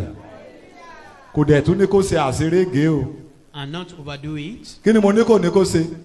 kó look decent. Overdo it. jẹ́ kán múra gẹ́gẹ́ bí kìrìsìtẹ́nì. jẹ́ kán rí ọ gẹ́gẹ́ bí ènìyàn Ọlọ́run. ẹ kí hallelujah. See you as ẹ wo people nígbà of tí God. bàbá rí ní ibi tó tajú kan tó rí. When Boaz saw ọkàn ẹ̀yọ́ ìkíní náà ó kọ́ rí mọ̀ pé in fact ó lo èdè kan. he used a particular language there. ìwé Rúùtù yẹ ìwé That Rúùtù orí same kẹta. Book of Ruth chapter 3. ìwé Rúùtù orí kẹta. Ruth chapter 3 ẹ bẹ̀rẹ̀ láti ẹsẹ̀ 16. verse 16. nígbà tí ó sì dé ọ̀dọ̀ ìyá ọkọ rẹ̀ òun wí pé ìwọ ta ni ọmọbìnrin mi ó sì wí gbogbo èyí tí ọmọkùnrin náà ṣe fún òun fún un ó sì wí pé òṣùwọ̀n ọkà báàlì 6 wọ̀nyí lé ó fi fún mi nítorí ó wí fún mi pé má ṣe sanwó tọ̀ ìyá ọkọ rẹ lọ nígbà náà ni òun wí pé jókòó jẹ́ ọmọbìnrin mi. ẹsẹ̀ 11 ẹsẹ̀ 10 sorry. òun sì wí pé alábùkún ni ìwọ láti ọ̀dọ̀ Olúwa wá ọmọbìnrin mi nítorí tí ìwọ ṣe oore ìkẹyìn yìí ju ti ìṣáájú lọ níwọ̀n bí ìwọ kò ti tẹ̀lé àwọn ọmọkùnrin lẹ́yìn ìbá ṣe tálákà tàbí ọlọ́rọ̀ ǹjẹ́ nísinsìnyí ọmọbìnrin mi má ṣe bẹ̀rù gbogbo èyí tí ìwọ wí lé èmi ó ṣe fún ọ. ẹ ké hallelujah. Shout ẹ rí mọ̀ hallelujah. pé ìmúra ẹ̀ gan ó attract bàbá. That is adornment. ó rí mọ̀ pé Reveal himself as kò a múra woman of virtue. kò múra ìmúra panṣágà kì í ṣe pé ti panṣágà ló bá wá kì í ṣe ti àgbèrè ló bá wá. ó ní nǹkan tó ń sọ yéhun. He said, what you are saying, I understand. tó bá jẹ́ pé ó múra tó bá jẹ́ pé ti àgbèrè ni ó ní kì í ṣe bí ló máa wá lọ àwọn ìrankíran ló máa tẹ̀lé lẹ́yìn. Dress herself like the harlot. ẹ ké hallelujah. You would have followed ẹ us. ké hallelujah. Hallelujah. so ìmúra wa òun ni mo ń sọ That is, ìmúra wa our ṣe dressing- pàtàkì. Our dressing is of much tọ́ bá rí wa ń gbòòrò kí láyé máa ń pè wá kí náà mọ̀ wá sí ní ìgboro so ìmúra wa ṣe pàtàkì. Our dressing is very ó important. máa wò ó ẹ pé à ń wo Bóásì à ń wò ó pé òun ni jẹ́ à ń fi gbé agbésí ẹ̀gbẹ́ Jésù pé Jésù Kristi nìyẹn. We compare him with Jesus. ṣé In this jẹ́ place. tá a bá rí wa nínú ìjọ You, Jésù á sọ pé ọmọ Ọlọ́run ni ọ́ with Jesus, ìwọ tó jẹ́ ọmọ Ọlọ́run lọ́jọ́ Sunday you that you are in charge ọjọ́ of Saturday ọmọ kí ló jẹ́ ní What ìgboro about on Saturday? ọjọ́ Friday nígbà tó o bá dé campus On Friday, ọmọ when kí you ló are jẹ́ báwo náà sí kí náà fi máa dá ọmọ. how would they identify you? ẹ ké hallelujah. Shout hallelujah. ó ní múra bó ṣe máa múra wẹ̀ Dress. ẹlòmíì ẹ wá wo Take your èdè yẹn bath. torí a ti sọ wípé àwọn obìnrin tá a bá ní káwọn obìnrin mi báyìí kan sí orí sí láàrin wa If, torí obìnrin gbọ́dọ̀ bo orí because women should cover their tá a bá head. ní kẹ́yìn obìnrin ẹ sí orí yín sí báyìí bá ti àwọn ìjọ kan torí bẹ́ẹ̀ báyìí wọ́n ní kán má borí mọ́ ní chọ́ọ̀chì wọn. Even some, they've now torí said obìnrin mi ò ní cover ṣerun their ẹ̀ lóṣù mẹ́ta head. Because there are some ṣé bó women, máa 3 months, they tó do bá not ti even wé nǹkan mọ́ brush pẹ̀lú their head. ábrọ̀ṣì bíi It will tó bá just ti brush brọ̀ṣì the bíi forehead ẹ and- máa wò pé You think ẹ the ké person is hallelujah. okay. tó ẹlòmíì bá jókòó tí ò ní lè jókòó You will not be able to sit by the side òórùn of tó máa jáde lára ẹ̀ That is the odor that will be ò coming ní lè jókòó from the head. ìyẹn àtọkùnrin àtobìnrin ní That is common to both. òórùn tó gbọ́dọ̀ máa jáde lára wa nípa tara àti nípa ti ẹ̀mí ó gbọ́dọ̀ jẹ́ òórùn dídùn To be coming out of us should be ó gbọ́dọ̀ jẹ́ ilé tí àwọn ènìyàn máa fẹ́ tí wọn ò ní máa rí wa sá. the one that people will see us. òórùn tó jáde lára lára rúùtù ń bì nígbà tí bàbá gbóòórùn ẹ̀ The thing that is coming nínú out bàbá of the yọ mouth here. ọlọ́mọ dáadáa ni ọ́. And the man was pleased. ẹ ké hallelujah ẹ ké hallelujah relax Fara rẹ balẹ̀. and be confident O sì nígboyà. he is attending to your case. Ó ń dáhùn sọ̀rọ̀ rẹ lọ́wọ́lọ́wọ́. ó ti déwájú ọlọ́run. You are in the presence of God. ó lè máa wò pé àtijọ́ tí mo ti dé bíi pé kí ni. You may be saying, since I've been here, o fẹ́ wàrà. you want that. bàbá ò dẹ̀ ṣe wàrà. God didn't do it that way. o ti wá ń wò pé àbí kí n tún máa lọ ni. And you look at it. Rárá, má "Oh, lọ. should I go? fọkànbalẹ̀. Wait a minute. bàbá ń ṣiṣẹ́ lórí ayé ẹ o. God is working on your case. kí ni wo ló ń ṣe. kò sí mi rúùtù ní ìwọ ọmọbìnrin mi fọkànbalẹ̀. Ruth said, mo mọ̀ dájúdájú ọkùnrin yẹ ò ní sí mi. Obua said, nígbà tá a wá kà síwájú tó sí mi. when we read further, we mo read ní ṣe further. Bóásì ń sí mi The lórí Boaz ọ̀rọ̀ rúùtù. rest kò on sí the mi of rúùtù ló ń sùn nínú ilé. Ruth. Naomi ló ń sùn nínú ilé. rúùtù ló ń ṣiṣẹ́. But so ó lè ní náà àwa náà ti déwájú Jésù Kristi. Relax. Fara rẹ balẹ̀. kí ni mo sọ. Relax. Fara rẹ balẹ̀. Relax. Fara rẹ balẹ̀. God is working on your Ọlọ́run behalf. ṣiṣẹ́ lórí He is ọ̀rọ̀. attending to your Ó case. ń dá sí ọ̀rọ̀ rẹ It's not just lọ́wọ́lọ́wọ́. fooling around. kò máa ṣeré o. Kì í kàn ṣe pé ó ń ṣeré kiri. kò máa ṣeré kiri rárá. ó ń ṣiṣẹ́ lórí ọ̀rọ̀ ẹ. He's doing something. sùúrù kékeré. Just a little bit. sùúrù kékeré. Just a little bit. wàá rí mọ̀ wípé ọjọ́ ayọ̀ ẹ máa dé. Discover your day of joy. ọjọ́ ayọ̀ ẹ á dé. Your own day of joy. àwọn ènìyàn á bá ọ yọ̀. amen. ìwọ náà wọnú ìdùnnú wàá wọnú ìgbéga. Amen. wàá wọnú ọ̀pọ̀lọpọ̀ ìbùkún orúkọ Jésù Kristi. farabalẹ̀. Calm down. ṣé mi ò ti máa lélẹ̀. The anxiety of being going over. wàá dẹ̀ lélẹ̀ lọ́dọ̀ Jésù. And you will remain. Jésù like ò that. sí mi. God is not resting on your case. Bíbélì sọ wípé àwa ní alágbàwí. We have an advocate. lọ́ọ̀yà máa ń lọ sí kóòtù lọ sùn ni. The Eh? you go to the. kò gba lọ́ọ̀yà. lọ́ọ̀yà yẹ kan lọ wádìí ẹ̀. You employ a lawyer. ó wá dé kóòtù wọ́n wá pe ẹjọ́ ẹ̀. And when you get. Ó wá ń there, sùn. you are called upon. Jésù bẹ́ẹ̀ nìyẹn bá ṣe bẹ́ẹ̀ Jésù ò ní ṣe bẹ́ẹ̀. Even if man. ó ní sí ọmọbìnrin lè gbàgbé ọmọ ọmú ẹ̀ And a woman forget his. tí kò fi ní ṣe ìyọnu ó ní ọ̀pọ̀lọpọ̀ obìnrin ló ń gbàgbé ṣùgbọ́n èmi ọlọ́run mi ò jẹ́ gbàgbé ẹ. But I, God, will never forget ọlọ́run ò lè gbàgbé ẹni mo sọ bẹ́ẹ̀ wípé kò lè gbàgbé mi pé ìwọ ọlọ́run ò lè gbàgbé mi. God, you cannot forget me. kò lè gbàgbé ẹ. so relax sí mi fọkànbalẹ̀. Fara rẹ balẹ̀. ọjọ́ ayọ̀ ẹ̀ dé tán pé olórúkọ Jésù ẹ ké hallelujah. àkókò wa ti lọ ẹ jẹ́ kí n sáré sọ eléyìí kí n sáré. Let me just mention this. ẹ ké hallelujah. kí ni attention ẹ máa gbé fún ọ pé attention Jésù Kristi That Jesus will recognize you. What pé will orí you ọba gain? ẹ What will you be your pé gain? orí ọba ẹ kí lèrè wà ń bẹ. See you. What will be your gain? ìkíní náà mo ní ọkàn ẹ̀ á so mọ́ ọ bí ọkàn rúùtù ọkàn Bóásì ti so mọ́ rúùtù. His heart will be attracted ìbáàtì to láti you. inú oko ni Even right from the tí beginning, ọkàn Jésù that Kristi Boaz so mọ́ ọ torí pé ó rí ọ attracted o. of root. ẹ kí hallelujah. bí ọkàn rẹ dẹ̀ wá so mọ́ ẹyẹ kí ló máa gbé jáde. To you, what will come out of that? abojutu ayé ẹ. He will take care of you. kí ni mo lá ṣe abojutu ayé. àìní ẹ ti èrù ẹ ti dèrù ẹ. Your load become ease. àìní ẹ ti di àìní ẹ. Your Jésù Kristi ń sọ nínú ìwé Jòhánù orí kẹtàdínlógún in John nígbà tó ń lọ ó ní bàbá mo fẹ́ kúrò nínú ayé àwọn wọ̀nyí wà nínú ayé mo ti fi orúkọ rẹ fún wọn wọ́n dẹ̀ ti gbà á èmi bọ̀ ní ọ̀dọ̀ rẹ pa wọ́n mọ́ tọ́jú wọn bùkún wọn. Ọlọ́run á bùkún ọ lórúkọ Jésù á tọ́jú ẹ lórúkọ Jésù á bùkún ọ lórúkọ Jésù ẹ ké hallelujah. tẹ́rí gbogbo ìbéèrè ọkàn ẹ. All your inquiry. ẹ wo ìbéèrè tó wà nínú Sọ́ọ̀lù nígbà tó ń lọ wọ́n ń wá kẹ́tẹ́kẹ́tẹ́ nígbà tó déwájú Sámúẹ́lì ọkàn balẹ̀ gbogbo eléyìí tó wà lọ́kàn ẹ̀yẹ ni mo máa àdírẹ́sì gbogbo eléyìí tó ń dojúkọ yẹ bàbá máa àdírẹ́sì ẹ̀ gbogbo àwọn ìpèníjà tó wà níwájú ẹ̀ ni mo ń sọ o wà health-wise challenge o ní àìní kan tàbí òmíràn ó ń wojú Ọlọ́run fún òkè ní kan tàbí òmíràn ó sọ wípé bàbá nígbà wo wà nígbà wo o ti rí attention ẹ̀ so gbogbo ẹ̀ lọ́lọ́run máa bójútó ẹ ké hallelujah. ìwé Rúùtù orí kejì ẹsẹ̀ kẹsàn-án ó lo èdè kan bẹ́ẹ̀.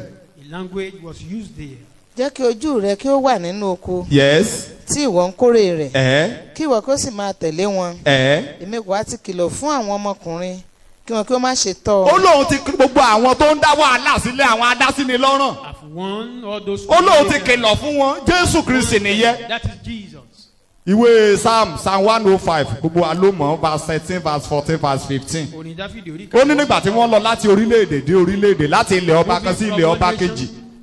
ó ní ó bá àwọn ọba wí nítorí wọn pé kí ni bí ẹ má ṣe fọwọ́ kẹ́ni àmì òróró. Touch not my anointing. tó o bá ti jẹ́ ẹni àmì òróró. Once you are anointed. tó o ti wá sọ́dọ̀ Jésù Kristi tó o ti gba aṣọ. tó o ti dọ́dọ̀ bàbá. You are in his presence. ó ti di ẹni àmì òróró ẹ̀. bí ẹ má ṣe ṣe wọ́n ní bí ẹ má ṣe wọ́n ní ìwọ̀sí ayé òní sí ọ ní ìwọ̀sí lórúkọ Jésù. ẹ kí hallelujah. gbà wọ́n lè máa ṣe wọ́n ní àwọn ìránṣẹ́ Ọlọ́run ní. wọ́n bá Fúlàní wọ́n gbé wọn wọ́n ní ṣe àwa náà wá. The Fulanis may be taking them in captivity. Kì í sáwa ni. They are not looking for you. Mo ń sọ fún àwọn ọmọ mi gbà tí gbogbo ẹ̀ kan le. Telling my children when things are so. wà lọ́jọ́ láàárọ̀ ọjọ́ kan pé kínní. mo ní ká máa sọ wípé ẹni àmì òróró Ọlọ́run ni wọ́n. I said they should continue to profess it that they are. bí ẹni àmì òróró ìwọ ń kọ́ bó ṣe wà ẹ́. What about you? ẹni àmì òróró tó bá dẹ̀ ṣe pé o jẹ́ ẹni àmì òróró. a ti kìlọ̀ fún baálẹ̀ a ti kìlọ̀ fún gbogbo àwọn trouble maker. gbogbo àwọn tó ń jí ní gbé àwọn tó àmì wà lórí ẹ. ẹni bá fọwọ́ kàn á ká lè. Anyone that touch you will be in trouble. mo lá ká lè. They will be in trouble. ẹ kí hallelujah. iye nìkan kọ́. Not only that. sẹ́ẹ̀rì kìnní kan wà. There is one thing. wọ́n ní kọ́kọ́rọ́ kan wà tó bo iye tó bẹ yín erin jẹ́ àbí báwo náà ṣe máa ń sọ kìnní kan wà nínú Ádámù. òun ni wípé Ẹ́sítérì ló sọ yẹ. ó ní wọ́n ti tà wọ́n. so nínú Ádámù wàá ti ta gbogbo ìran ọmọ Ádámù pátápátá àtàwá sọ́wọ́ ẹ̀gún so ẹ̀gún wà báyìí tó operate lórí ayé ènìyàn gbogbo ọmọ Ádámù pátápátá tó o bá ti rí attention Jésù Kristi tí o bá ti di ti Jésù Kristi Once Jésù Kristi ti lọ sí ẹnu bodè torí tiẹ̀. He is by the gate for your sake. ẹ̀dá tó wà nínú Ádámù tó ń mú kan dorí kodò yẹ The nation in there. Jésù Kristi tí ó ti ra ẹ̀dá ó ti ra ìṣẹ̀dá àti ẹ̀ kúrò bẹ́ẹ̀. Jesus has redeemed you from death. gbogbo lọ́wọ́ ẹ̀gún I mean from ẹ̀gún ìdílé ẹ̀gún ògbé kẹ́nẹ́kẹ́nẹ́ ẹ̀yà ni close relative ìbátan tó súnmọ́ wa nìyẹn. That is our close àwọn tí ò lè relative. jẹ́ ká lọ nìyẹn Those are the people gbogbo àwọn that close now relative follow. àwọn tí wọn ò dẹ̀ lè ṣe wá láàmú ṣé ìbátan yẹn ṣe ó lóòótọ́ ló súnmọ́ ó They súnmọ́ Naomi cannot benefit us anything. ó súnmọ́ Elimeleki ṣùgbọ́n ó ṣe wọ́n láǹfààní They are very close. kò ṣe láǹfààní But of no benefit.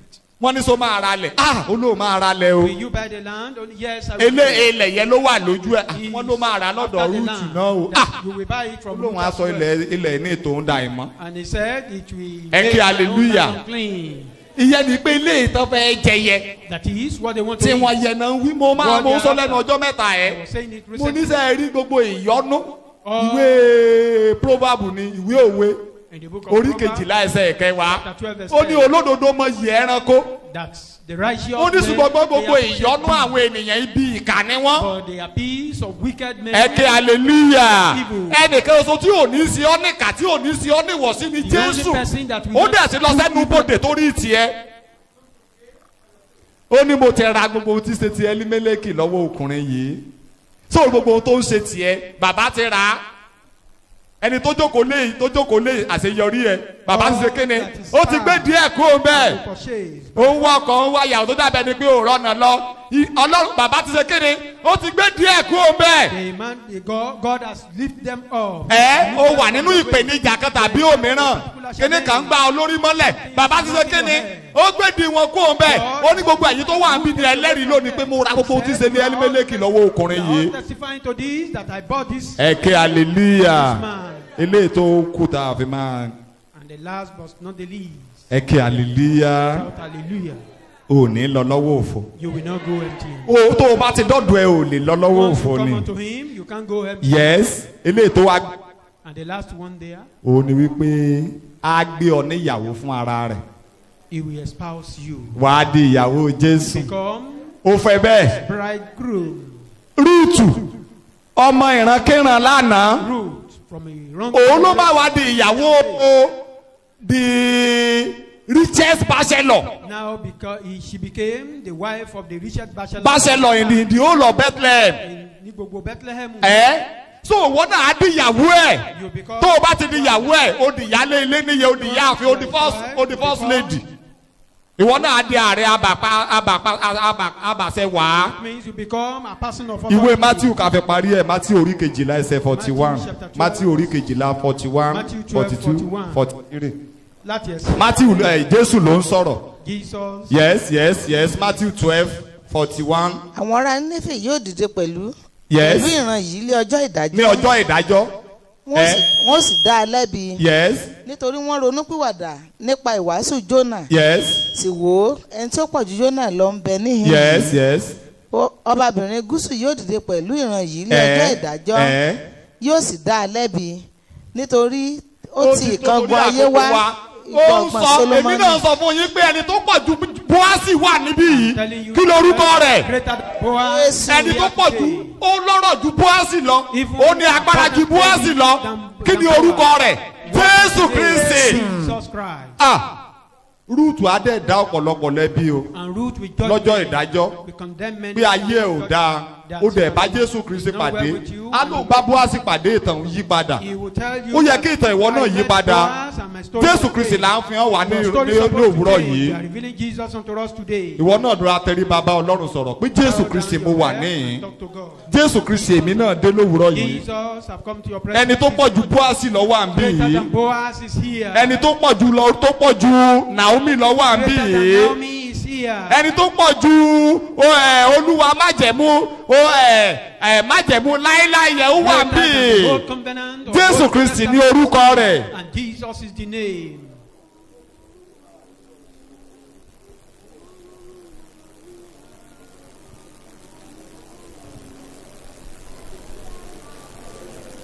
ìjókòó pẹ́ mo máa gbé yín dìde dúró Been sitting gbàdúrà for a long time. oko mẹ́rin Like to rise up. ìkíní lára 4 points. àwọn 1. kókó tí olùkọ́ni fi kọ́ wa According to the preacher, olóbìnrin ń lọ this woman ó ń tẹ̀lé Nùámì lọ pẹ̀lú gbólóhùn kan followed Naomi. kódà ibẹ̀ yẹn ni mo ti yó mi ò fẹ́ gbẹ̀kọ́ lẹ́nu ẹ̀ ní I don't torí want to èdè yẹn wọnú disturb ọkàn mi you lọ because that ṣí language penetrated into my heart. fún bá ní kí n máa forí balẹ̀ máa gbẹ̀kọ́ lẹ́nu ẹ̀ If I should be torí worshiping Ọlọ́run God rọ́kàn mi there, kí n máa yílẹ̀ níbí nígbà tó tèdè yẹn tábà. when the preacher used that language, You have a God. pé o ní Ọlọ́run, ó ṣe sọ nìyí that's the language. ó wọ̀ mí nínú ọkàn lọ ṣí Enter into my heart. ó rí Ọlọ́run nínú ayé Nùámì. That root could identify God in jẹ́ kí n Naomi. fi èdè sí Let me láti use gbàdúrà this. fúnra wa nítorí nìyẹn táyé ẹ fi dá That was what he saw orí náà rí and changed his life. tẹ̀wọ̀n pé Nùámì ènìyàn lásán kò lọ́kọ kò ní kankan No, dásán Naomi is just kò ordinary sí nǹkan tán lè person. tẹ̀lé No lára ẹ̀ husband. There is nothing you can gain from her. ṣùgbọ́n ó rí ẹnìkan But she could see someone. kódà ó encourage woman yẹn Even madam she was encouraging the olọ́lọ́run woman that you have God. olọ́lọ́run You have God. èdè tí oníwàásù lónìí yẹn ó ní ó ti fi nǹkan fún ọmọbìnrin yẹn rí He has given something to that ìjọ lady tó ọmọbìnrin yẹn náà before. bá wá sínú wàhálà tó ní ìdí nǹkan tó máa fi ràn lọ́wọ́ And the Ruth day ló ní the madam woman was in don't trouble, be discouraged ó Ruth ní Ọlọ́run encouraged her. oníwàásù ló sọ bẹ́ẹ̀ That's according to the preacher. onú tá a bá ti fi fún yàn ní ìtẹ́wà That what you give to people ó lọ́mọbìnrin is yẹn dá yours. padà fún That lady returned it to her. ó lóun ní ò jẹ́ kó so lójú ọ̀nà Otherwise, she would have committed suicide. ìbá síbẹ̀síbẹ̀ gan ó dẹnu ọ̀nà bodè ìlú Even with that, he Ó ní got mo to the lọ gate. lófo. He said, ó lẹ́yìn má I pè mí nínú àmì má má pè mí empty-handed. lẹ́nu ọ̀bànújẹ́ màdá I went full, ọmọ yẹn á máa I sọ pé returned màdámù empty-handed. ìtòkùtò ló ń tò yìí màmá That má lady sọ would be bẹ́ẹ̀ saying, woman, leave that alone. ó wà lófo You didn't return empty-handed. ẹ má gbàgbé ọmọbìnrin ní ló ti ní ìrìn àjò orin o Don't forget this lady was the one that Mo ló took ṣe. me a long journey Mo ló before ṣe. her.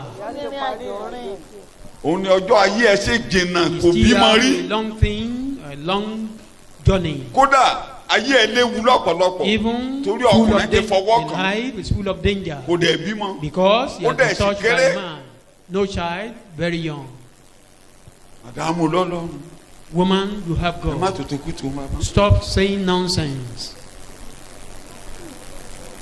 jẹ́ kí n lo èdè Jacob Let me use Genesis 28 language ká fi of Jacob. gbàdúrà tó bá rí bẹ́ẹ̀ sí ọ wà á gbàdúrà láàárọ̀ yìí 16 to 17 Genesis 28 Ìwé Genesis orí kejìdínlọ́gbọ̀n. Jákọ́bù sì jí lé ojú oorun rẹ̀ bẹ́ẹ̀ ni ó sì wí pé Olúwa ń bẹ níhìn yìí ní tòótọ́ èmi kò sì mọ̀ ẹ̀rù sì bà á ó sì wí pé ìhín yìí ti lé ẹ̀rù tó èyí kì í ṣe ibi òmíràn bí kò ṣe ilé ó Ọlọ́run ti tó díjú ẹ má wò mí lójú báyìí Close your eyes. má ti dìde o díjú ẹ má wò mí lójú rárá Close your eyes. nínú ọkàn rẹ ṣé Jésù wà Right níbí within lóòótọ́ you. Is Jesus here indeed? tí o rí Jésù níbí lóòótọ́ Can you see Jesus here? tó bá rí Jésù níbí ṣe bí You rúùtù see, yẹn pé Jésù wà níbí that Jesus is here. wàá tó ayé ètè You will organize my mo life. mọ̀ pé ó wà ń bí I know you are here. Jacob ní Olúwa ń bẹ níhìn Jacob ní said, tòótọ́ God is here indeed. ilé Ọlọ́run rèé This is the house èèyàn ó of lọ God. lọ́wọ́ òfò níwájú rẹ níbí Man cannot go empty-handed. ayé àwọn kan ti dáa níbí yìí It has been well with some people here. lánàá ẹ kó gbàdúrà bẹ́ẹ̀ lórúkọ Jésù Open your Olúwa wa. mouth and pray. Gbàdúrà. In Jesus' Ní name. orúkọ Jésù. Pray. gbogbo àwọn tó mọ̀ pé wọ́n Jésù wà ní bíbí All rúùtù ṣe those who mọ̀ know that Jesus, you are here. tí Ọlọ́run dẹ̀ bójú rẹ̀ látòkè tó bójú wo rúùtù tó ayé ẹ̀ ṣe ẹni tó pọ̀ ju rúùtù ń bẹ níbí He greater than Ruth is here. ẹni tó pọ̀ ju àpótí ẹ̀rí ń bẹ níbí Greater than Ark of Covenant is here. ìròyìn àpótí ẹ̀rí ni wọ́n gbọ́ ní sẹ́lẹ̀ They tí had wọ́n sá the tẹ̀lé news of lẹ́yìn Ark of Covenant and they follow you, ẹni tó God. ju tẹ́ḿpìlì gan ń bẹ níbí Greater than the temple is even here. gbogbo àwọn tó gbóhùn wọn láàárọ̀ All yìí those you heard their voice this morning, fi ara rẹ̀ hàn wọ́n manifest yourself today.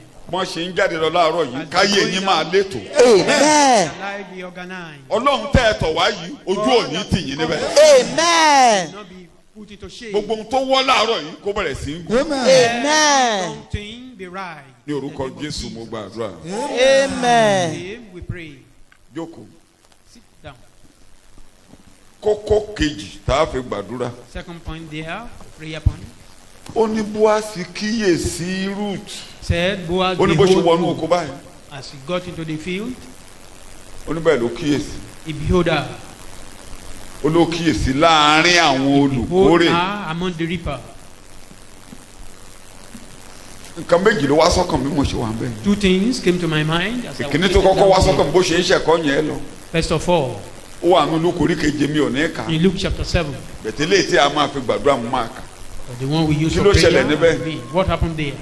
Balógun ọ̀run kan ọmọ rẹ̀ ń ṣàìsàn nù lé Lúùkù ló kó rìkọ́dù ẹ̀ dáadáa. Díẹ̀ ní Matthew. The Orí centurion, kẹjọ ní Matthew. one of his servants was sick. Àwọn Júù dé. Àwọn The Júù Jew dé. came. Ó yẹ lẹ́ni tí a bá ṣoore It's fún. worthy of doing good for. Wọ́n kíyèsí. Wọ́n ní ó kọ́ They behold him. sínágọ́gù fún wa. That he built a synagogue for us. Ó yẹ lẹ́ni tí a bá ṣoore. He is worthy of being doing good for. Kèfèrí ni. A Gentile indeed. Jésù ní ọ̀rá ẹ̀ má wọrí. Jesus said, okay, I've heard you. Ọmọ rẹ̀ yè máa lọ. Your child Mi ò live. ní ìdá. I don't need to go there. Má wà bẹ́ẹ̀ rù lé mi òun gan wá humble ara rẹ̀. The man Àwọn Júù humbled gan ń gbéga himself. òun gan humble Even ara the rẹ̀. Jew, they were trying to exalt him, but Ọlọ́run wá he kíyèsí. humbled, and God behold him.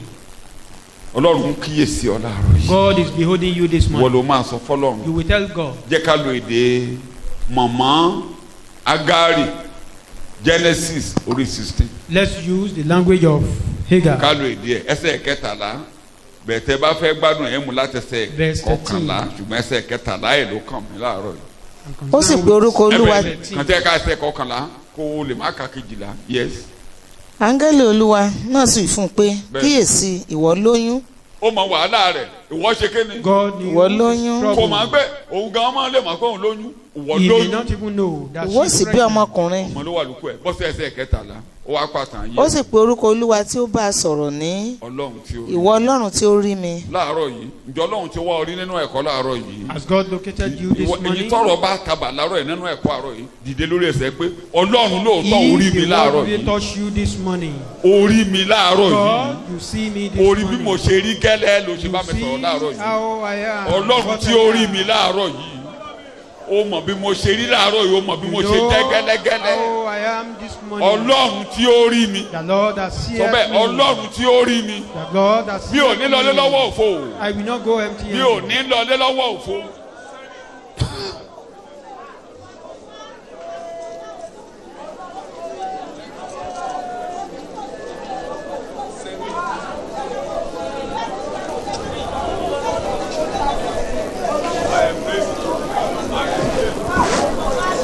Ní orúkọ Jésù Olúwa wa ni mo gbàdúrà.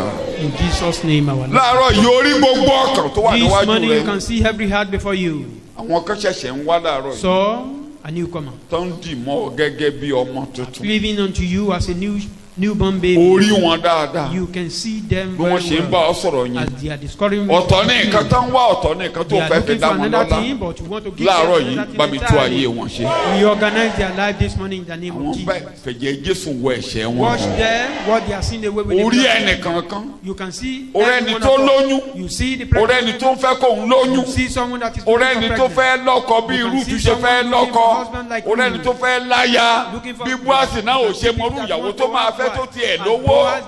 Tí ò bá róbìnrin gidi ó lówó ànídànù. If he didn't get a better wife, the money is in Gbogbo vain. property ẹni ìbá waste. He would have wasted all those Mẹ property. obìnrin gidi tó mọṣẹ́ ṣe tó mọṣẹ́ ṣe But obìnrin tó mọlé eventually, tọ́jú tọ́lọ̀ he came fi dá lọ́lá. across a very beautiful damsel. Orí ẹnìkankan Someone láàárọ̀ hard yìí. working. You can see every one of Orí us ẹni this tó morning. jẹ gbèsè. You see Orí someone ẹni that tọ́mọ is rẹ̀ a debtor. tó wà nínú àìlera nínú Someone ilé. that is child in help to. Orí ẹni tí wàhálà ń bá nínú ọkàn tí ò mọ bó ṣe máa rí nǹkan tó máa jẹ That lọ́sàn-án is in yìí. trouble. Even Ọlọ́run when tó he rí has ẹnìkankan God that sees bí o everyone. ṣe yanjú ọ̀rọ̀ Ruth. As you said to Gbogbo ẹ̀yin bẹ́ẹ̀ láàárọ̀ yìí Such- all tí ẹ̀ such mọ̀ people. pọ́lọ́run rí yín. and you know that God could see you. Olúwa dá sọ̀rọ̀ wọn. God stepped into their cave. Ẹni tí ó pọ̀ ju Bóásì ń bẹ ní. Greater than Boaz is here.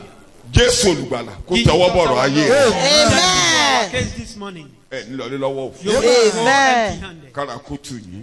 Amen. ní orúkọ Jésù ni mo gba àdúrà. Amen. Lord, we pray. Jókòó. Sit down. Kẹta mẹ́rin mo pè. Number 3.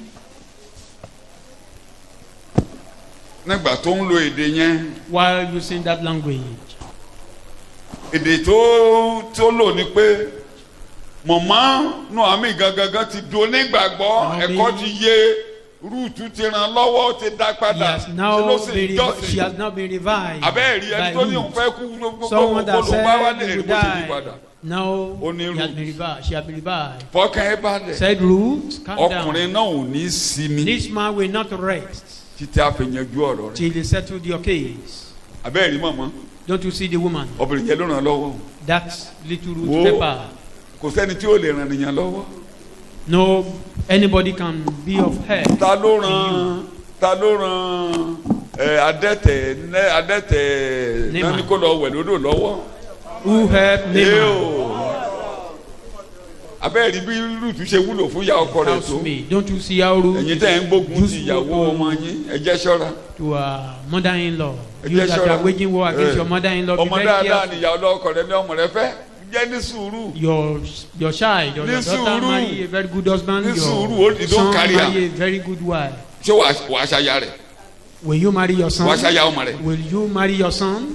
Kọ́ bá ti lé ọmọ rẹ̀ jáde wàá When ṣe you ìyàwó rẹ̀. send his wife out of the house, you will become his wife. A máa rí irú wọn eventually. o. Though there are some people like that. À ń lé ìyàwó yẹn lọ àwọn Send ajókòó tí away ọmọ wọn àmọ́ àbá tó ń jẹ The àmọ́ àbá wife wá of their jíjẹ. child. Ṣé wàá Then ṣaya you rẹ̀? taking care. Kọ́ bá ń wá jíjẹ fún wàá wá kejì fún.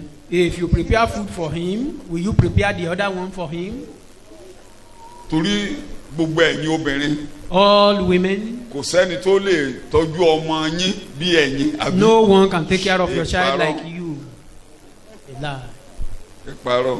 À ń bọ̀ nù mọ́tò lẹ́nu ọjọ́ mẹ́ta yìí. We were in a vehicle recently. Mo ń sọ fún pọ̀pọ̀ mi. I was telling my wife, Torí ìgbà tí kí màá mi tó já àkàrà ẹ̀.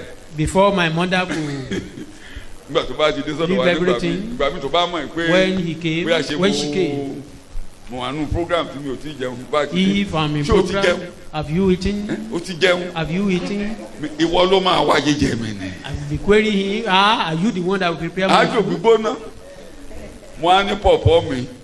I said, Mo my ní wife, táwọn ọmọ ẹ̀ bá kàdédé gbé ẹ kó lọ́dọ̀ mi tí wọn ò bá wá bímọ sílẹ̀ mi tí wọ́n á ní kàn bá wọn tọ́jú ọmọ. Tí wọn náà ní máa daughter ṣáájú or pé your tí o son ti jẹun just o ti take jẹun. you away from me, and will you not be saying, have Ó you? dá mi lóhùn dáadáa, ó dá mi Though lóhùn, ó dá mi she lóhùn gave torí me ojú ẹ̀ very ni mo good dẹ̀ mọ̀ response. ojú ẹ̀ ni bẹ̀ mo kàn máa mọ̀ ń tì. Tí o ajá gbígbóná mo nítorí pé ẹ̀yin obìnrin kò sẹ́ni tó mọ̀ oúnjẹ wá. Because you women, no one could prepare food like you. Èmi kò sẹ́ni tó mọ̀ oúnjẹ wá. Ṣé wàá ṣàyà ọmọ rẹ nígbà bá ti lé ìyàwó rẹ lọ? Will you then be your Ẹ mọ̀ son's jíjẹ wá. wife? Ó jẹ́ tọ́jú ọjẹ́ kẹ́. She didn't know how to prepare Encourage food. her. You better Èyí take ṣe bíbú over. ló ràn lọ́wọ́. Abusing is not the next. Èyí ṣe bíbú. Abusing Òun ní jẹ́ pé inú is not the ṣọ́ọ̀ṣì next. mo máa ń That is sọ why táwọn in bá this fẹ́ church, ṣègbéyàwó I do níbí. say, if anyone want to marry here, Mo máa ní káwọn màmá jọjọ sọ̀rọ̀. they discuss with Kì í ṣe my gbogbo wife. nǹkan ni ọmọ mi kọ́ ti lé ẹ̀ wá. No, they didn't know Àbí bẹ́ẹ̀ kọ́? everything. Ẹ dá mi ló ṣe gbogbo nǹkan lọ́mọ kọ́ ti lé ẹ̀ wá. They cannot learn everything from home. Upbringing yàtọ̀ síra. Bá a ṣe tọ́ wa láti ilẹ̀, ó Ó yàtọ̀ yàtọ̀ síra síra. wa. Bọ́n ṣe mú ọmọ mi lébẹ̀ kọ́ náà ṣe mú so. How they handle Kò lè every délé one of ẹ̀kọ́ us in fagídí a yí different padà. family is different. Díẹ̀ You díẹ̀ cannot ọkọ force náà ló them máa when ní they get sùúrù your fún house. ìyàwó ẹ̀. Your jẹ́ husband kí- will be patient Broda, for a while. mọ̀mọ̀ jẹ́ kí màmá ẹ léyàwó ẹ lọ o. Brother, don't allow your mother to send away your wife.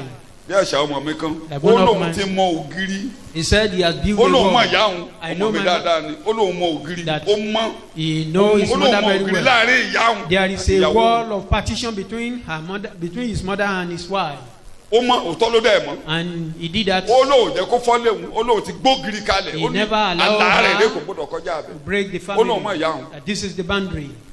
Mọ ògiri. You as well, let there be. Mọ́mí àṣàyà rẹ̀. Will your mother be your wife? Kó lè ṣe. She Kó can lè ṣe. be. Tó èdè tí mo Can't kàn mú be. jáde mo yàbàrà The síbẹ̀ now, ni o. that is Mo just yàbàrà a síbẹ̀ ni. digression. Tó ẹ̀yin mọ̀mọ́ You ẹni parents, sùúrù ẹni sùúrù Calm down. ẹni Be patient. sùúrù Be fáwọn ọmọ patient yín for your children. ní sùúrù fún ìyàwó ọmọ Be yín. patient. Pápá lóde òní tó kẹ̀jẹ́ pé ńdómì kankan náà máa ń jẹ èyí ní sùúrù. For these days, that Indomie and all these fast food. àwọn pírẹ́sì òde òní indomie náà fi kọ́ ọmọ láti ilẹ̀ ọmọ tó fi indomie kọ́ tó ṣe indomie náà fi kọ́ tó ti dàgbà tó lọ yunifásitì tó dé tí ò mọ̀ ẹ̀bà tẹ̀. She is not even able to prepare common eba.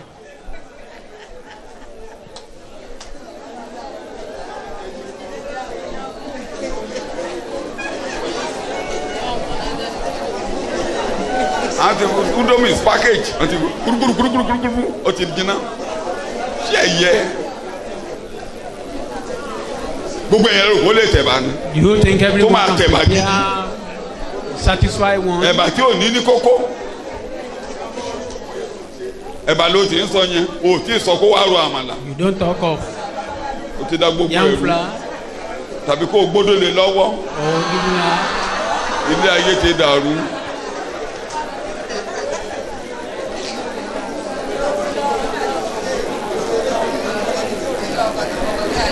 onísìmí. That Boaz would not rest títí a fi dá sọ̀rọ̀. till step into your case. yẹn la fẹ́ fi gbàdúrà fúnra. That is ẹni tó pọ̀ ju Bóásì tán ní kò ní sinmi ó wà níbí àbí kò sí níbí. kí ló sọ sétí What have you Ruth whispered? sọ̀rọ̀ kan sétí Bóásì. Ruth whispered something to tí wọ́n Boaz's ní ear ṣe bó ti gbọ́ that kò ní he sinmi. has heard. ẹjọ He tí ó is not sinmi ready. Did he rest? tí ó sinmi Did he ó rest? dìde lórí ọ̀rọ̀ He rẹ̀ rose ó up on dìde lórí her ọ̀rọ̀ rẹ̀. case. He rose up on her case.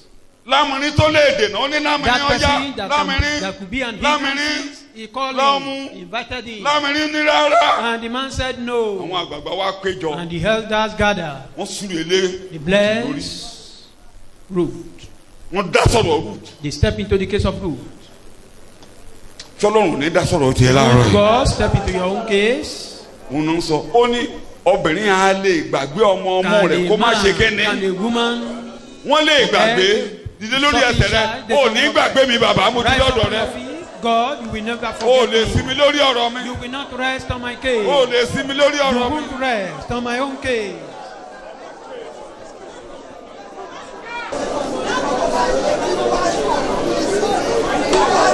ẹni tó ju bọ̀ ju dúró sí mbẹ níbí. Greater than Boaz is here. bó bá jẹ́ lámùrín ládènà lámùrín á kó lójú ọ̀nà. If somebody will be the hindrance, lámùrín á kó lójú ọ̀nà. he will be moved out of the way.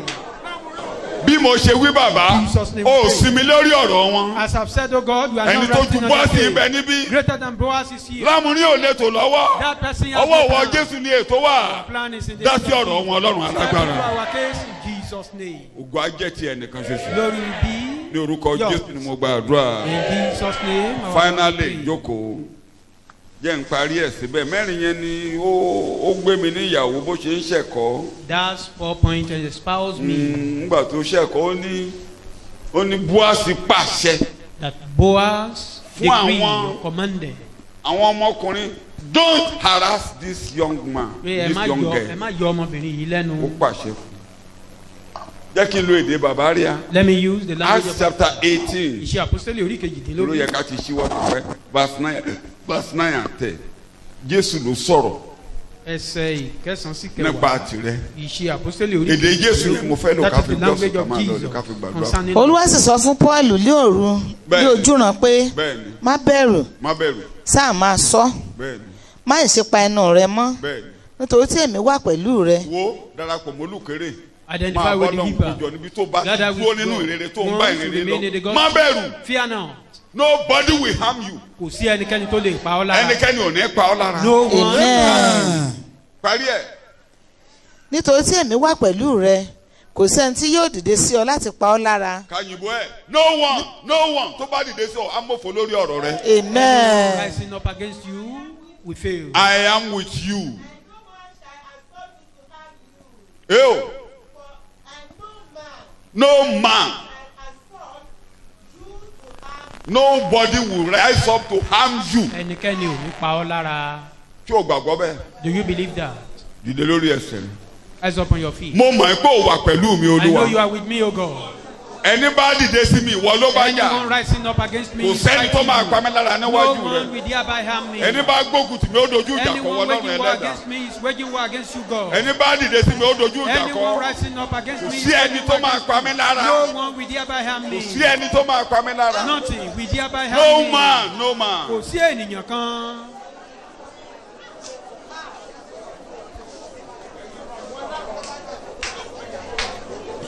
Ní orúkọ Jésù ni mo gba àdúrà.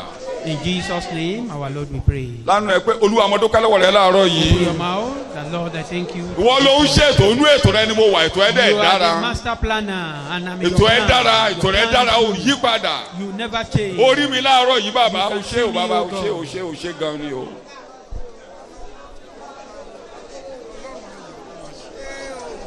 Jésù Olúwa wa. Jesus' name.